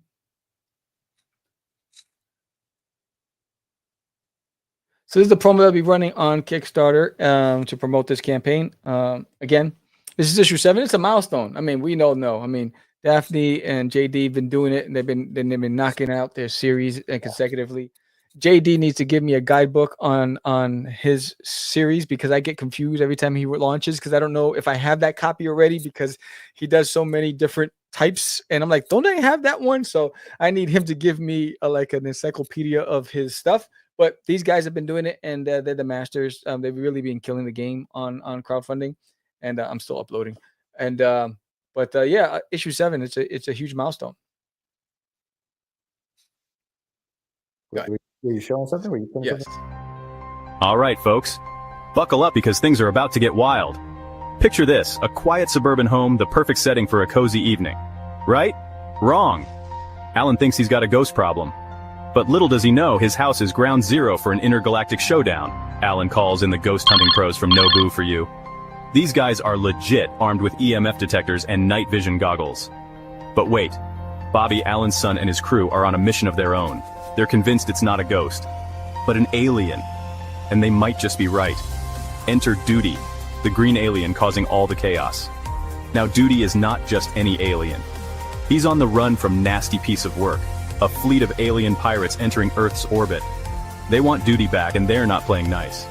Meanwhile, Agent Doe, our no-nonsense government agent specializing in extraterrestrials, is hot on Doodie's trail. At the same time, Herman the Chihuahua is losing his mind in his cage. This tiny dog is determined to catch the green visitor. Picture this. Herman barking his head off, Bobby and friends armed with makeshift gadgets, and ghost hunters stumbling through the dark. Oh, and let's not forget Agent Doe, methodically scanning the house with his high-tech equipment. Every corner of Alan's house is alive with mystery and excitement. The ghost hunters are convinced they've got a spectral situation on their hands. But Bobby's team is working every angle to prove it's an alien. Doodie is desperately trying to stay hidden, dodging both the human and extraterrestrial threats. And just when you think it couldn't get crazier, the alien pirates make their move. Will Alan's home survive the ultimate showdown? Will Bobby prove his alien theory? Will Herman finally get his moment of glory? Stay tuned to find out. If you enjoyed this wild tale. Sorry, every time I hear it, I start laughing. My bad. But yeah, that's Ed says, wishing much success on this campaign. I've been following you as you put in your grind in. It's going to pay off, bro. Daphne says they have a checklist, bro. They have a checklist. So they because it's complicated. It's hard for me to follow you guys. I was like, I have to go. I don't have time to go through my inventory, but I'm like, that seems familiar. Do I have the color version, the black and white version? Which one is it? Yeah. So, but yeah. I mean, what we thank you so much, everybody, and thank you, End of Zed. I can't wait to see what you did. I got a new piece from Rob, who's an illustrator that we met at Texoma. He just sent in his Big Doodie shout piece. out to Rob. Yeah. Let me see if I can get this on the screen and show you what he did, which is pretty dope. He's going to be featured in the book as well. Let me see, where is right here.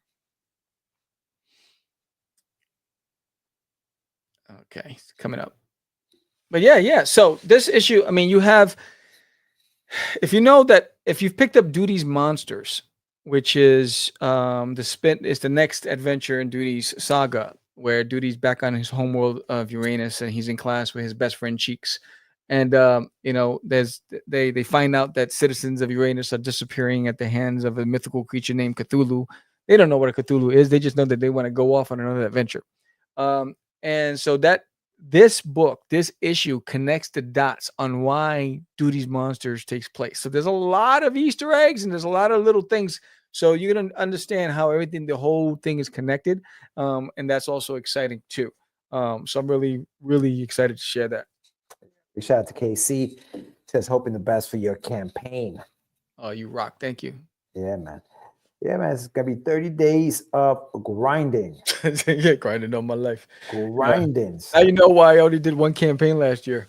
It just takes a lot of time. I haven't done a campaign in 3 years. It takes so much time to build this. Where is it? Now here it is. I got it. I found it. I just gotta. My computer's a little slow. I'm running Oh, thank you for that mention on Instagram, buddy. Trying to get this to you. it won't even let me do it because it's not a JPEG. But I haven't even checked yet. So we are still 2 away from the first raffle. Again, we get to 10 backers. I'm raffling off a custom sketch card. You pick the Doodie character, and I will draw it, and it'll show up in your package. This is for physical backers. If you win the raffle and you're a digital backer, you'll get a puzzle, a Doodie puzzle, as well. So there's something for everybody. And all right, here we go. Let's get this out here. Boom. Oh, quit. No, continue. Yeah. Questions? Anybody have any questions? What you got? Let me see. Where we at with the So what characters are in this book? You got Bobby, Patrick, and Brittany. So if you know who they are, Bobby's the kid that lives in the house. Hey, what's up, Gary in the head's house? What up, Gary? And so Bobby is the son of Alan, and so he brought in his best friends Patrick and Brittany to come help him find this alien in a toilet. You have No Boo for You, Catching Ghosts of What We Do. New characters in this book. You saw them at the ending of book number 6. They're in book number 7. You have Agent Doe, hot on the trail, but you also have Nasty Piece of Work, MPOW. They're also hot on Doodie's trail. They're coming in. And then there's some specific monsters that are tied to this book. That's also in this book, and Herman the Chihuahua's in there as well. General Goatee, he's heading to Earth. So there's a lot happening in this issue, and it's getting ready for the big reveal in issue 10. Yeah, so it's and issue 10 is it's a twist to the entire series. But this will lead to all of that. Let me see. I just downloaded it. Let's see if I can get it now. Desktop. So when you're done with this one, Ed's got a good question. He goes, take us back to the first Doodie campaign. How was that experience?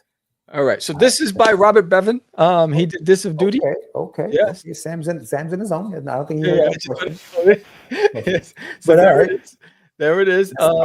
Yes, that's also getting featured in the book. So thank you, Rob, for sending this amazing piece. The first campaign was the easiest of all the campaigns. The first campaign was it was exciting. It was the easiest of all of them. It was the most fun. And then each one of them had its own different experiences, but the first one was the fun. The first is always the most fun. But I think I'm more excited about this issue than I've been of any campaign, because it is my best work, because I put in all my heart and soul into this one, because I really worked on the story. I edited the story several times. I thought about the whole universe. This is the first time I went back to my whiteboard and I said, okay, Sam, because originally it was going to be 12 issues and I condensed it to 5, but then I wanted to make sure it all makes sense. So I went back to it and I said, all right, I got all these characters. Right. And I got all these things in them, but I got all these tie-ins. I said, how does it make sense? Did I make it make sense the first time out? Yeah. Then I saw some holes in my game and I was like, oh, you missed that, sucker. And you missed that. And so I started connecting the dots again and I started playing again. And it became fun again. Even when I was drawing, I've been so addicted to coming up to my office at night after work. And I'm tired. I mean, I get up at 4 a.m. to go to work. I don't get home till 6. Right. And I go into the garage to work out, to just get energy so I can come up here and draw so I don't fall asleep at the draft table. I sit down, I eat dinner with my wife, and then I'm gone. So she doesn't see me, until she sees me at dinner in the morning when I kiss her goodbye. She sees me at dinner, and then she sees me when it's time for go to bed, because I go on to bed and I crash. But the first campaign, and talking about the first campaign, I think part of the reason why that was a little easier was because everything was already done. Right. Yeah. It was all done. You weren't working on the book as the campaign was going on. Yeah. So it was easy in that sense, I think, because all you had to worry about was, okay, how do I promote? It was the first one. We hadn't done too many of these. I mean, I think we had the crazies. We had done a few of the crazy campaigns, but that was it. But I think that part of that is that, like, even 6 was tough too, because you were in the middle of the book. For 6. 6, right? 6 wasn't my finest moment. 6 was, I was late on a lot of stuff, and work really. I didn't realize how much work was gonna not only work but also Texas. the weather in Texas, I had damage to the house, I had damage to the car, all this stuff. So it really set me back issue 6. And so I didn't want to launch this campaign until I was ready with everything. And I have the collector's box, which is ready to go. I got everything. And the comics will go straight to print as soon as the campaign's over. Right. So while I already paid for this, and I paid for the pogs and the stickers and all that stuff, the book won't go to print until the campaign's over and it's been funded. So we're one away. We're one away from the first raffle. So we're one. That's awesome. But I also have definitely going back. Hey, what's up? Dwayne in the house. What up, D? So let's see. I got. I'm gonna play the hook for Agent Doe. If I can find it, let's go over here. Agent Doe's got a theme song too. Damn, Yeah, man. Bro. Jeez. Yeah, Wait, how many man. tracks? How many tracks do you have? There's 4 tracks on this. You heard the hooks to the first 3 tracks. You heard the hook for Doodie from Uranus, Doodie Juice, and Doodie Juice and Super Doodie. So you heard the 3 different hooks. You didn't hear the one for Agent Doe yet. So, but what I was gonna say, Doodie Juice. Oh, you Doodie Juice fans, you're gonna find out the significance of Doodie Juice in this issue as well. So if you're Gary wants you to drop a freestyle. No, a deer, a female deer. You keep asking for that freestyle, son. Every time he goes on, I love it. I know. Gary, one day, Gary, one day. Hold on. I want to get the kick a rhyme, son. He said, "Kick a rhyme, bro."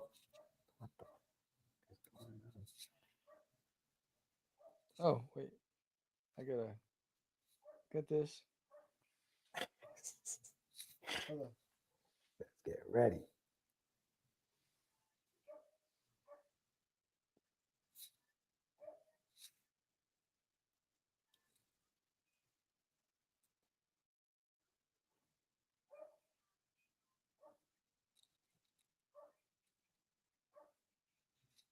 Where'd you go, bro? I thought you were doing. He's mic checking. Yeah, he's mic checking, Gary. But let's get go. Just left me out here by myself. Oh. Hey guys. Okay, sorry. Sorry. So I'm gonna play the hook to Agent Doe, just the hook. Mystery.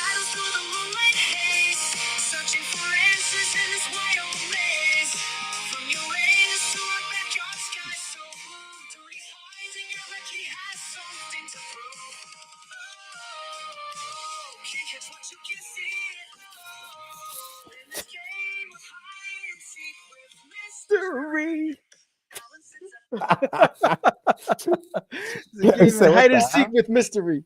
Yes. It is awesome. So yeah, that's the Agent Doe. So you got 4 tracks. And it's, if we get to 2,000, everybody gets all 4 tracks for free. And so I think Gary was expecting a little more hip hop. That's pop. A little more hip hop. I gotta go with the times, man. I gotta go with the times. That's what it was. To the hip hop. What the hell? Hey, he was not expecting that, bro. Hey, if we get to at the end of this campaign, the 2,000, I will go live and I'll do a Doodie freestyle for all of you. Wow. Yes. Wow. There you go. There you go. Can my do a song for? Can you what? For my peeps. Oh, okay. I think it peeps. I think Pepman's peeps. Okay. Yep. He said, "What happened to the hip hop?" It's got that. It's got the millennial whoop. Yes, I had to. Peps. What's Peps? A bit more gent. Expecting to be a big more. Shit. Oh God. Yeah. So that I had fun in every aspect of this campaign. Just putting it together, working in the lab and grinding. All right. So let me ask you this: where did you get the idea? How did the idea for a soundtrack come on? Because obviously, the answer is probably obvious. Yeah. But like, how? Like, what were you? Where did it come from? Like, you were like, oh, you know what? I need a soundtrack. Like, where did that come from? It came from, I want to be the very best, like no one ever was. I wanted to compete with Pokemon. I was like, yo, Doodie needs a soundtrack. I want to get the kids excited about it, you know. My next goal is to do a big convention where I get to be on a panel and I get to play the song before a big audience. That's my goal. That's my mission in life. I want to do a big show where there's a whole audience of 100 people or more. Where I'm on a panel and I get to play it, and I want to put out a challenge to who can come up with a Doodie dance from Doodie from Uranus. But that the reason why is because I DuckTales, woo, right? I mean, Pokemon. I mean, the songs are what drive the energy. And I mean, think about the theme song to X-Men, the animated series where we grew up with, right? This music is what inspires creativity. And I was sitting there and I love the Pokemon song. I have it on replay on my phone and in my car, right? Because I mean, it inspired me back in the days. And I was like, man, Doodie deserves his own song. And I was like, but I want something that can excite or like invoke that emotion and get people excited about the character. Like I was watching an interview with a bunch of creatives and they were talking about how they promote themselves. And if you look what I do, I promote my brand. I promote Doodie. I never promote Sam as the artist. I always promote Doodie, right? Because Doodie's the star, right? I work for him. You know, that's, you know, my job is to tell his story. And so I just happen to be part of this journey and help make it a reality. But I want the focus to be on the character, not on me. I want it to be on what I do. And I love it, bro. This is a bathroom. It's never meant for the public spectacle. You know, but that's I can't hear you, George. I said now you can do it with a soundtrack, Chris. Yeah, now you can do it with a soundtrack. There you go. Drill music. Soundtrack. Drill music. Yeah. Yeah. But I mean, huh? No, go ahead. No, but again, that's another reason why when I decided to go after to do this campaign, I wanted to make it very special. And because it this takes it to a whole nother level in the story, and my art has gotten better, so much better in the story. I wanted to really tie in the whole ghost theme, the monster theme, Doodie, because Doodie is not a ghost hunter or ghostbuster. Doodie is a kid with a lot of anxiety who wants to prove to his dad that he's capable of so much more. So he takes on things that he knows that he's not capable, but he uses his pride. His pride is what prevents him from failing, right? And he muscles through it, but his imagination allows him to get through it. And so he takes on these other characters, and that's taken on a life of its own throughout the years. I mean, Doodie started out in the story taking on other personalities, and then when I started the art channel, I started getting all these requests. Can you draw Doodie as this and draw Doodie as that? Which is why the Art of Doodie book is coming out soon. Yeah, you know, to a lot of content that way, because you were drawing every day. That was huge too, because I think that, you know, people always talk about practice, and it does. It makes you better, and I think that you were able to do that at that time. You know what I mean? Like you were able to practice and really put some work into that. Yeah, you know, and so it's really about it's really about his story. You know, Alan, you know, he lets his emotion take the best of him, get the best of him, right? So rather than trusting his own son, you know, he goes left, right? And the son is adamant to prove that there's an alien in the house. You know, it's was that you the Fred Hembeck of Underground Comics. I like that cut, Daphne. Yeah, she used to go right along with you. I know. I miss it too. I mean, work has been so unpredictable that I can't even plan it. Because every time I want to plan something, and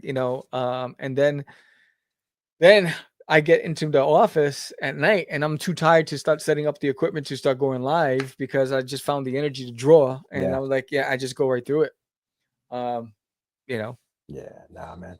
I'm telling you, man. And listen, that book, obviously it'll come out later on this year, but yeah, no, the fact that there's that much work available and that you can put that out, man, it's going to be great. For those who just joined, if you just joined us, if you just happen to stumble upon the stream, we launched There's an Alien in My Toilet issue number 7 tonight. Yes. And Sam says if we get 10 backers tonight, we're doing a raffle. Okay, so now we are one backer away. So if you just joined us, or if you're still on the fence and aren't sure, be that 10th backer right now, and we'll raffle. What are we raffling off, Sam? What are you So we're gonna raffle if the winner, if you're a digital backer, you'll win a puzzle, a Doodie puzzle, and a PDF download. Or if you're a physical backer and you win, you're gonna get a custom trading card, sketch card. Ooh. So you will tell me what version of Doodie you want illustrated, whether it's Doodie as Iron Man or Batman or whatever it is, and I will draw it and it will show up in the mail with your rewards. So that's why we're raffling. We just got it. We just got it. We just got it. 10. We got 10. We got 10. I'm waiting for it to change. We got 10, bro. We got 10. It's in there. It's in there. Somebody heard we were doing a raffle, and they said, raffle? I'm in. Hold on. So I'm hitting reload. It's taking, you know what, today it's slow Kickstarter. It's taking it real slow. Right? Yes. It's slow, bro. There you go. I got to refresh like 15 times. All right. Let me get to spin the wheel. Oh, boy. Here we go. I'm only putting backers 1 through 10 in there, and then I'll go in and find out who it is. Hold on. I already know what I want. As a sketch card in case I win. Yes. All right. So yes, let me put it on the screen. Share. Oh, there it is. Here it is. There it is. Let me get this out of the way. Oh, Jesus. Man. Look at that. There it is. 1 through 10. I did backers 1 through 10, and we're going to spin that wheel. So we're going to do this for every 10 backers if while we're still online. So here it is. Here we go. Boom. Spin. Oh, there it is. Bang. And do I get to hit stop? No, it stops on its own. Yes, that's on its own. Oh, lucky number 3. Is it number 3? 3. All right. So let me go. Let me go and check. Lucky number 3. Who's number 3? All right. Let me. It wasn't me. Hold on. Let me go over here. That may be either Hugo or maybe I don't know. We'll see. If you're on, you would know who it is. I gotta go to backer report. Here we go. Report. Oh, geez, I remember. I gotta click all those check marks. Yes, I agree. I agree. Wow. I agree. Damn. I don't want to show you all this stuff. All right, so backer number 3 is Hugo Dolly. Wow. I had a feeling it was Hugo. Yes. Bitch. Wow. Hugo in the house. All right, look at that. Nice. That's what's up, man. That's what's up. Unbelievable. Yes. All right, that's awesome. Yeah, so all you got to tell me is what version of Doodie you want. I got to write this down. Backer number 3. Awesome. Let me put this on my notes so I don't forget. All right, let me put a new page, Kickstarter. Man, my computer's slow tonight. Yeah, everything. I'm telling you right now, I try to refresh, and that thing was not moving, bro. Not moving at all. Okay, here it is. Here you go. Yeah, man, don't worry about it. Another 10, and we'll get a second shot at this. We'll get a second. The backers. Yeah, man. No, but this is sketch fun, card. man. It's been fun. So yeah, he's got to get the sketch. Yeah, I just wrote it down. I got to keep a. Hold on. What are we saying here? I'm missing it. If I pledge, could I still be a part of it?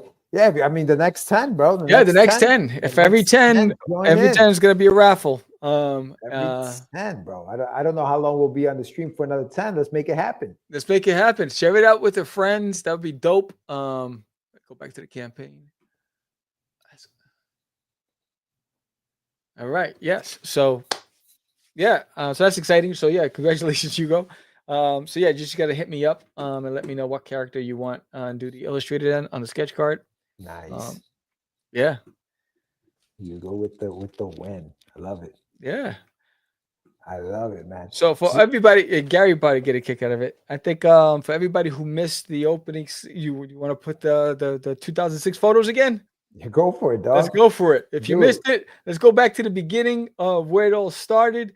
If you missed it, here it is, the origin and the beginning of Doodie. Doodie came from far away from the planet Uranus. They say his spaceship landed in the backyard and he thought I'll blend in. This won't be too hard. But before he could sneak and hide, a chihuahua named Hermitical lived outside with a sniff and a bark. He yelled in delight, hey, look at this spicy pepper, what a sight. Doodie the green alien trying to stay unseen. Herman thinks he's a jalapeno, bright and mean. But Doodie's not a pepper, no, he's not that hot. He's just an alien trying to avoid getting caught.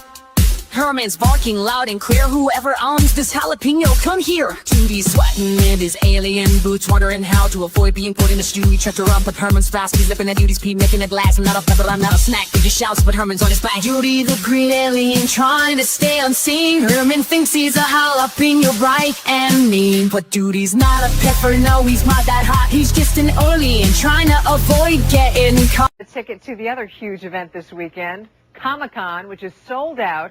You'll see a lot more than just comic books, but comic books still at the heart of this international event. Here to share his sci-fi adventure series with us, Samuel Vera with There's an Alien in My Toilet. Hello. How are you? Good, how are you? Pretty good, thank you. Thanks for coming in. Thank you. This is so exciting. New York native Samuel Vera invaded the comic book world by starting his own company, Crazy Comics. From early on, illustrating came naturally for Vera.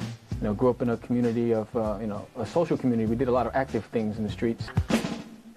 Vera's first venture into the comic book industry introduced the extraterrestrial characters Doodie and Herman. He titled the comic, There's an Alien in My Toilet. So I was driving through the Lincoln Tunnel, and the idea just hit me. So I went to IHOP, I sat down, I turned over the table napkin, and I started illustrating the character and plotting it out.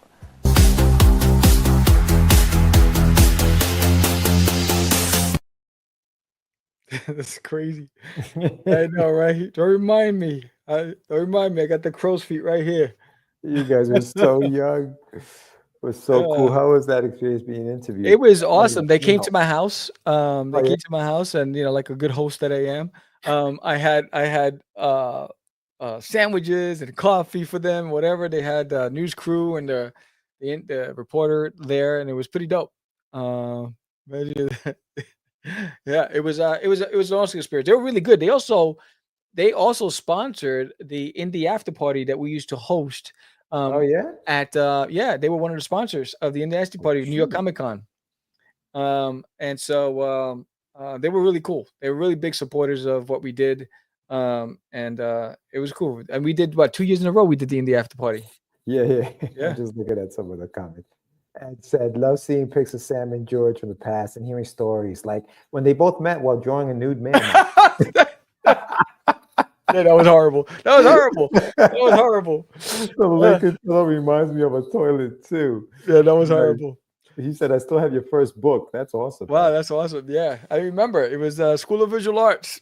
It was life drawing class. And it's like, yo, why? I said, what's with the dudes? And I remember the teacher comes over to me and I'm drawing the dude without his dude. And I'm like, there's no way I'm drawing that. And I was like, and the teacher's like, hey, you didn't get everything. I said, there's not enough on this page. You said drawing the dude with his dude. Okay. I was like, I ain't drawing both of them. I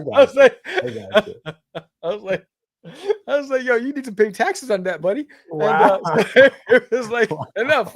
And then you need to go. I said, can you just put something on the screen so we can draw? So then George and I just faced each other and we just started talking. I think we were both annoyed and we're like, all right, we're done with this. And that's how we started talking. Oh man. Oh dude. Man. Yeah, man, I'm on incognito tonight, bro. I'm hiding out tonight. But let's check out the all right. So we have 11 backers, 9 more, and we do another raffle. We got another chance at this thing. 9 more, yeah, it does. So it's good. So anyway, 29 days. So the campaign ends on Thursday, May 1st at 8:36 p.m. So you'll have a chance to pledge. And the 48-hour bundle finishes obviously in 48 hours. So make sure you hit that up. You want to just go through the campaign one more time, Sammy, so you can check it out? Let me get the screen going. Yeah, I remember I got to take all this stuff off before I do. Let's go on to the screen. Boom. Oh, boom. No, boom. There it goes. All right, cool. So yeah, just remind everybody that there is a 48-hour bundle. And that bundle, you get all 4 covers. You get the trading card set.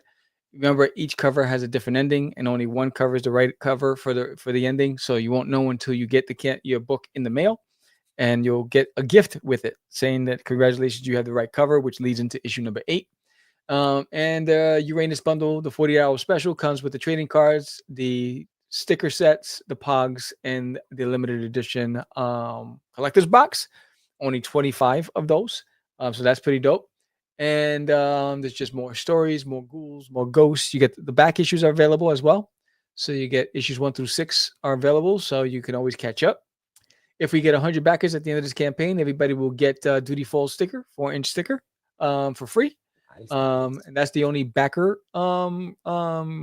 stretch goal that we have, is the backer goal. And then here are the 4 covers. There's Duty and Herman. Duty all geared up. Duty running for his life. And then there's the homage cover to Fantastic Four #1. So all you Fantastic Four lovers, this is up your alley. If we get 2,000, then everybody will get the soundtrack for free, downloadable. And okay, there's the box. It's beautiful. And then here are the cards. There it is. Those cards look dope, man. Thank you. Yeah, Thank those you. cards look dope. I was almost wishing they were freaking like glow in the dark ones. So Yeah, I know. Yeah. I mean, if I was balling like Brian Polito, Oh, yeah, for making sure. his kind of money on Kickstarter, then Oh, maybe.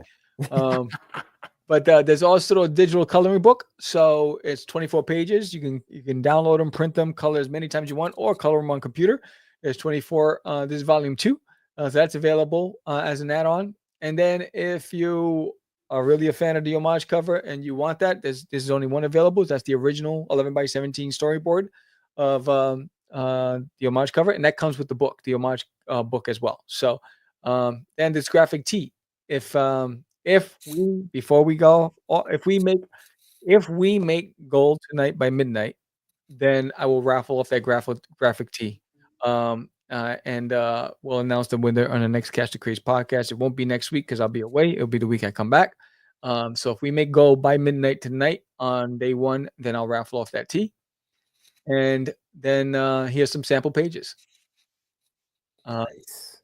Those pages look dope, bro. Thank you. That one right there. I'm telling you, we were talking about that the other day. That looks like a cover. Thanks. So this is exciting. I wanted it to feel like, remember Dragon's Lair, the video game? Yeah. Mm-hmm. Have that feel like you feel like you're in a game. Yeah. When I was doing this. Yeah, And no, that's cool. The way he's breaking out of that door, that's crazy. thanks. And then we have the add-ons. We have the sticker set. So I have at Comic Cons, I have diehard sticker collectors. So George and I were talking. He goes, "Hey, why don't you have a sticker guidebook?" And I was like, "Yo, you're right." That's right. So because they don't know what they've bought, and I know I got this. Did I get this? Which one's new? Yeah, remember that guy that came up to us at Yes. Tacoma, and he's like, "Which one don't I have?" And we're Yes. like, oh snap! You Yes, know because what? I have about Yeah. 70 different stickers, right? So I'm the sticker king. And Rolling deep. so you got Duty anime stickers, you got Duty hero stickers, you got the Duty monster stickers. So if you get any one of these sticker set as an add-on, you're gonna get the digital download of the guidebook for free.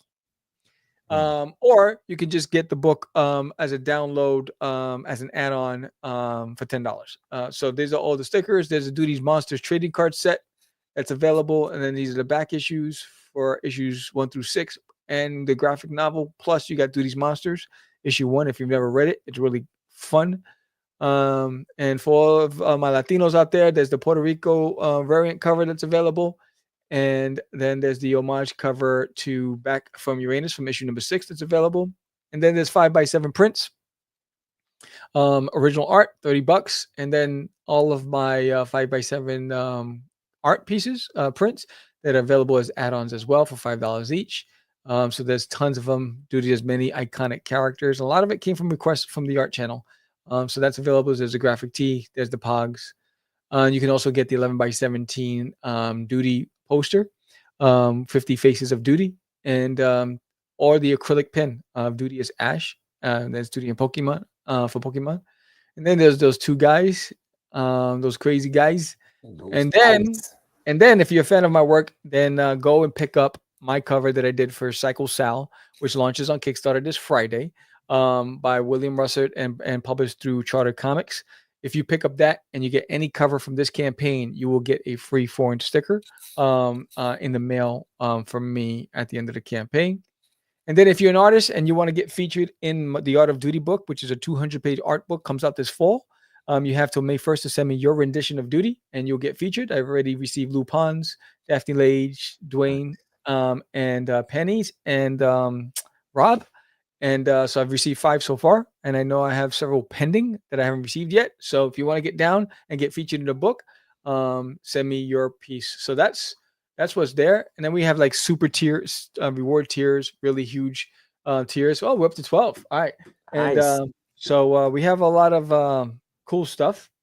Let's see this was in the comments. Now I don't feel so bad having to draw all of those lame life props on my art classes.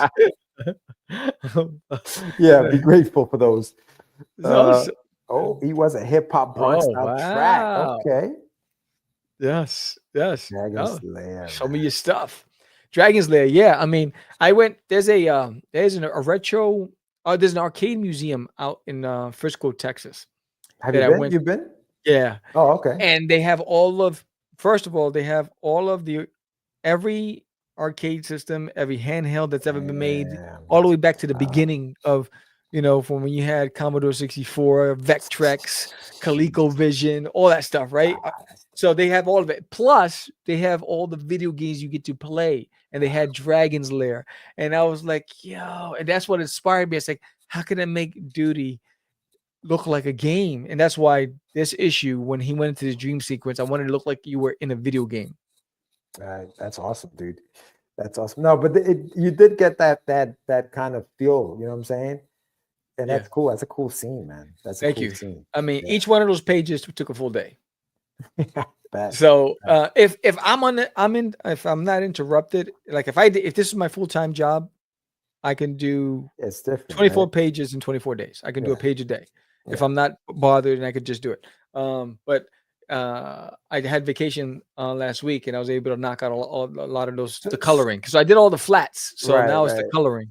So does the so that includes like coming up with the layout design and stuff like that? Yeah. Yeah. So I do it all. So I already have really small squares, thumbnails. Yeah. On a notepad. And I'm like, all right, I want it to go this way, this way, this way. I want to do this, this, that. Then when I go to the drawing board, I have really rough sketches, right? And I'll put the boxes first, and then like, all right, I'll start sketching, and then I'll start inking it. And then I'll drop the flats, and then I'll save it, and then I go on to the next page, and I do all the flat. Then I'll go in and I say, all right, now I'm gonna color. I'm gonna do all the tones and all that stuff because that takes a lot of time. Yeah. And that's probably the longest process. Actually, the coloring is the longest process for me. The drawing is quick. Once I have the angles down, once I have so I use pencil, like I use stick figures to create the angles. Yeah. So, and I just use circles and lines. And it's like, I want his body to contort this way. I want the camera to look down this way. And I'll play around until I get that right look. And then I go, all right, cool. And then I'll just start running into it. Well, do you feel like that program that you're using now has also helped in the process? Oh, Clip Studio made me who I is today. It's because I could if like when I step back and what I'll do is I'll draw something, I'll walk away, I'll go downstairs, I'll make me something to drink, I'll come back up and I'll look like, oh, that arm is extra long. But I could just take it and crop it. Right? I'm like, all right, I don't have to redraw the damn arm. I can just crop it. Right? And so if I didn't like an angle, I could just twist it, right? That's what I love about it. I was like, oh my goodness, look at the magic of computers. And so it made me, and I look, as an inker, traditionally, I hate it because I hate if I make a mistake. Yeah. Right? So on the digital, I look like a pro. on traditional, I'm a novice, right? So Daphne says Clip Studio is a miracle program. It is. It's fantastic. I love it. And yeah, it's really. I mean, I have my Cintiq 24 HD, my large tablet. Yeah. Downstairs, I have my X Pen tablet in my bedroom, which is I think it's like a 16-inch, right? Or an 18-inch, right? That I have on, and then I have my iPad Pro on the go. So I use San Martino's in the house. Yo, San Big Martino. shout out to San Martino. Yes, you missed the dances and the songs. I know. So guys, man. So you were breaking down what you have, yeah. Yeah. So then I have my iPad Pro. So I use my iPad Pro for a lot of the sketch work. Or I use it because I haven't been able on the iPad Pro to fine tune the settings when I drop the bucket because it still has those white edges. that I was able to figure it out on my Cintiq, but on my iPad Pro, it's been driving me nuts. So I don't drop flats on my iPad Pro. What I'll do is I'll do the tone work and the colors on it once the flats are done on my computer. Because on my computer, it goes straight to the edge, it covers it, and I just haven't been able to figure it out on the iPad Pro. So I'll use the iPad Pro for sketch work or line work, inking. I won't do it for flatting because it gets the white edges. But I'll use it to go in because everything's on a cloud, so I can just go in and pull up the page that's already flatted on my computer. So if I'm sitting in the, like, for instance, like my wife, if we're sitting down and I'm watching one of her love movies or whatever, I'll start coloring on there while we're sitting there spending time. I got you. Yeah, no, man, that's dope. It says Daphne says no way I could have finished as many pages as I did without it.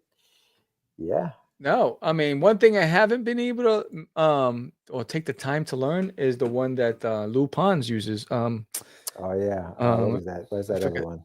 Not Clip. Use Clip Studio. What's the one? I think Niwa uses it too. Oh man, I forget. I can't remember the name of it now. What was the name of it? Lou, if you're there, I forgot the name of it. I got it on my Procreate. Procreate. There you go. Yeah. There you go. Procreate. I haven't been able to sit down. She's a pro at that. When you see her color work, dude, it's insane. Her color work. I remember one time I was like, "Yo, is that AI?" Because she's so good at right? it. And I'm like, "Yo, what is that?" I was like, "It's crazy." Dude, that is nuts. It's really good. And it's not AI. She does this on her. She really does this stuff. That's how she rolls. But yeah, no, it's dope, bro. Now let me ask you a question, Sam. Now, obviously, the stream's been going on almost close to 2 hours. Are you gonna keep the every 10 backers? There's a raffle thing going on for the next show. In other words, let's say, for example, by the time we go live again, which will be in 2 weeks, right? Because we're not doing this live next week. No. So if by the time we go live in 2 weeks, you have 100 backers, fingers crossed. Are you doing? Well, if we have 100 backers in 2 weeks, then everybody gets the free sticker. No doubt. But will you do 9 separate spins or a spin every 10 backers? I'm saying. If I from now until then, obviously we won't. What do you guys think? What do you guys think? From now until the next time we go live, if Sam gets 10 back every 10 backers, so tell a friend, every 10 backers, should we do a raffle? Every 10 backers. What do you guys think in the chat? Yes or no? Is that AI? Oh, we got another backer. 13, baby. Let's go. All right. Let's go. We're 7 away. All right, we're only gonna be on for another few minutes. If we get another 7, we'll do another raffle. Tell a friend. Phone a friend right now. Phone a friend. Say, hey, yo, do me a favor. Pledge to this campaign real quick. They're doing a raffle, and I want to win a free sketch card where you get a free drawing of Doodie as whatever character you want him to do. Michael San Martino, the 3 fire emojis. Does that mean yes, you're down? I hope so, because I think that would be a good idea. Man, get some backers, get the backer count up. Every 10, Absolutely. That's not bad. Absolutely. And again, I mean, there's a lot of ways to get a lot of good stuff, right? So if we get 100 backers, everybody gets the 4-inch sticker, right? If we make $2,000, everyone gets the soundtrack for free. If you back Cycle Sal and get my cover that I did, Doodie as Cycle Sal, and you get any cover from this campaign, you'll get a free sticker. So there's a lot of ways to get free stuff. And so the incentives are there. But most importantly, you're going to get an adventure that tops all of Doodie's previous adventures. This one takes it to a whole nother level. Yes. And I am confidently, when I look at it, because I really put in a lot of work on this. I really scrutinized this. Like there's no tomorrow. I really wanted to give you something to remember, something to like stare at and say, man, this is pretty cool. And not just a good story, but I really wanted to complement it with my art and the visuals. And it's really about the story. It's really about the story. And I'm hoping that you enjoy this one as much as I enjoy creating it. Because it's definitely been fun. Yeah, no, that's dope, man. Yeah, nah, good for you, bro. You've been working hard at this thing, and I know some of it's not easy to create comics and draw comics and when you're doing all of it, the pencils, inks, and colors, that takes that takes a while, dude. That takes a while. So big shout out. When am I getting pages so I can start doing the lettering work? You'll get the pages before I go to Canada When do you go to Canada? next week. Next week. Oh, Yeah. snap. So Yeah. no show next week. Is that what we're saying? We're waiting on 6 more backers. We got 14. Yeah. No, but what's that? So what are we doing? So nothing next week. When do we come back? We come back the week after. Let's see. I think it's the The 14th. 15th. Yeah. 15th. So yeah, tax day. So we're back on the 15th. Who's the guest on the 15th?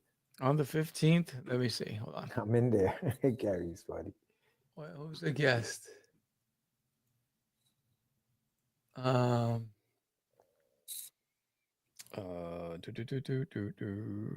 Calendly. Oh, 14 backers, baby. Let's go. What am I doing in Canada? I'm leaving the US. It's crazy up in this piece. No, it's for work. I'm traveling for work. It's a training. What is it? Meetings. So on the 15th, we got Homebrewed Comics, Dan Price and awesome. Chris Salhoff. They're both going to be on the show. Nice. Yes. Like and then, those guys. Yeah. So they'll be on the show. So that'll be dope. Cool. And then thank you, Kerry, for rescheduling because I won't be here the week that you were scheduled. So thank you for rescheduling. So when's he coming on? Kerry's coming back on May 13th. Okay, cool. We got Michael Oden back on the 22nd. 22nd. All right. Yep. Yeah. So awesome. Yeah, that would be cool. So we got 14 backers. We got 14 backers. We are, I don't know even what percentage. What's that percentage say, George? No. What does it say? Let me see. Analytics. Let me go to, I think it looks like a little about 30 something percent. Yeah. About 30, maybe 36%. Let me see. Yeah, let's see. What's it say? Yeah, 30%. It's was it? Yeah. Yeah, 36%. Yep. We're at 361. The goal's 999. Yes. So yeah. Again, we're gonna be on for another 10 minutes, 15 minutes. And if we can get to the additional 6 more backers, we will do another raffle. Yeah, buddy. All right, so let's talk a little bit about what's going on in the next couple of months as far as where we will be. So where are you going to be in the next few months, Sam? As far as appearances? May 3rd. May 3rd. Yeah, just log. You gotta book it now. Get on the calendar now. Yeah, for sure. Unfortunately, I'm holding off on launching my campaign until the next. Hey, listen, Chris, you can still come on and talk about it. You don't have to, you know what I mean? Don't talk about you. Don't think you need to have a campaign to come on. Yeah. Come on the show, talk about yourself, and then the campaign, let it do what it do later on. But come on and talk to us a little bit about you and what you do, and talk about the project rather than the campaign. You don't have to come on to just talk about the campaign. Yeah. May 3rd, Free Comic Book Day. Herman has his own story. And you'll get to understand who Herman is. Doodie's also in that story as well, and it's connected to this series. And you'll find out where Herman came from, how he ended up in the house. It's really cool. So I'll be doing a book signing at Geek Out in Texas on May 3rd on Free Comic Book Day. Signing copies of that book is being produced by Make Better Comics, and they're a publisher, and they also the promoters for Denton Comic Art Expo, and which I do every year. And so if you show up, if you live in Texas and you show up to the book signing and you get a copy, it's free. And you come to the table and you pick up one of my books, you also get a free sketch card from me there at the venue. And if you pick it up from any other store, because it'll be distributed throughout Texas on Free Comic Book Day, if you pick up on any other store in Texas, and go on social media, take a picture of you with the book and tag me, and show up to any convention that I'm at in the state of Texas, then you will get a free trading card. If you show up to the convention and make a purchase, you'll get a free sketch card. So a lot of incentives. So I'm excited about that. So Doodie's on a variant cover, published by Charter Comics and created by William Russell.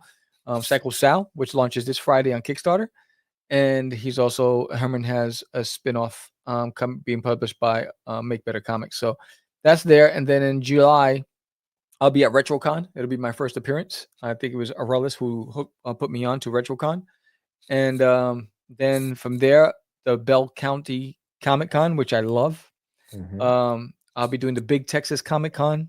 I'll be doing a College Station Comic Con, the Dente Comic Art Expo, and then there's one more that I'm forgetting. In fact, it's on the screen. I can show it. Here it is. Bedrock City Comic Con. So I'll be doing that. That's new as well. That's actually produced by a comic shop owner.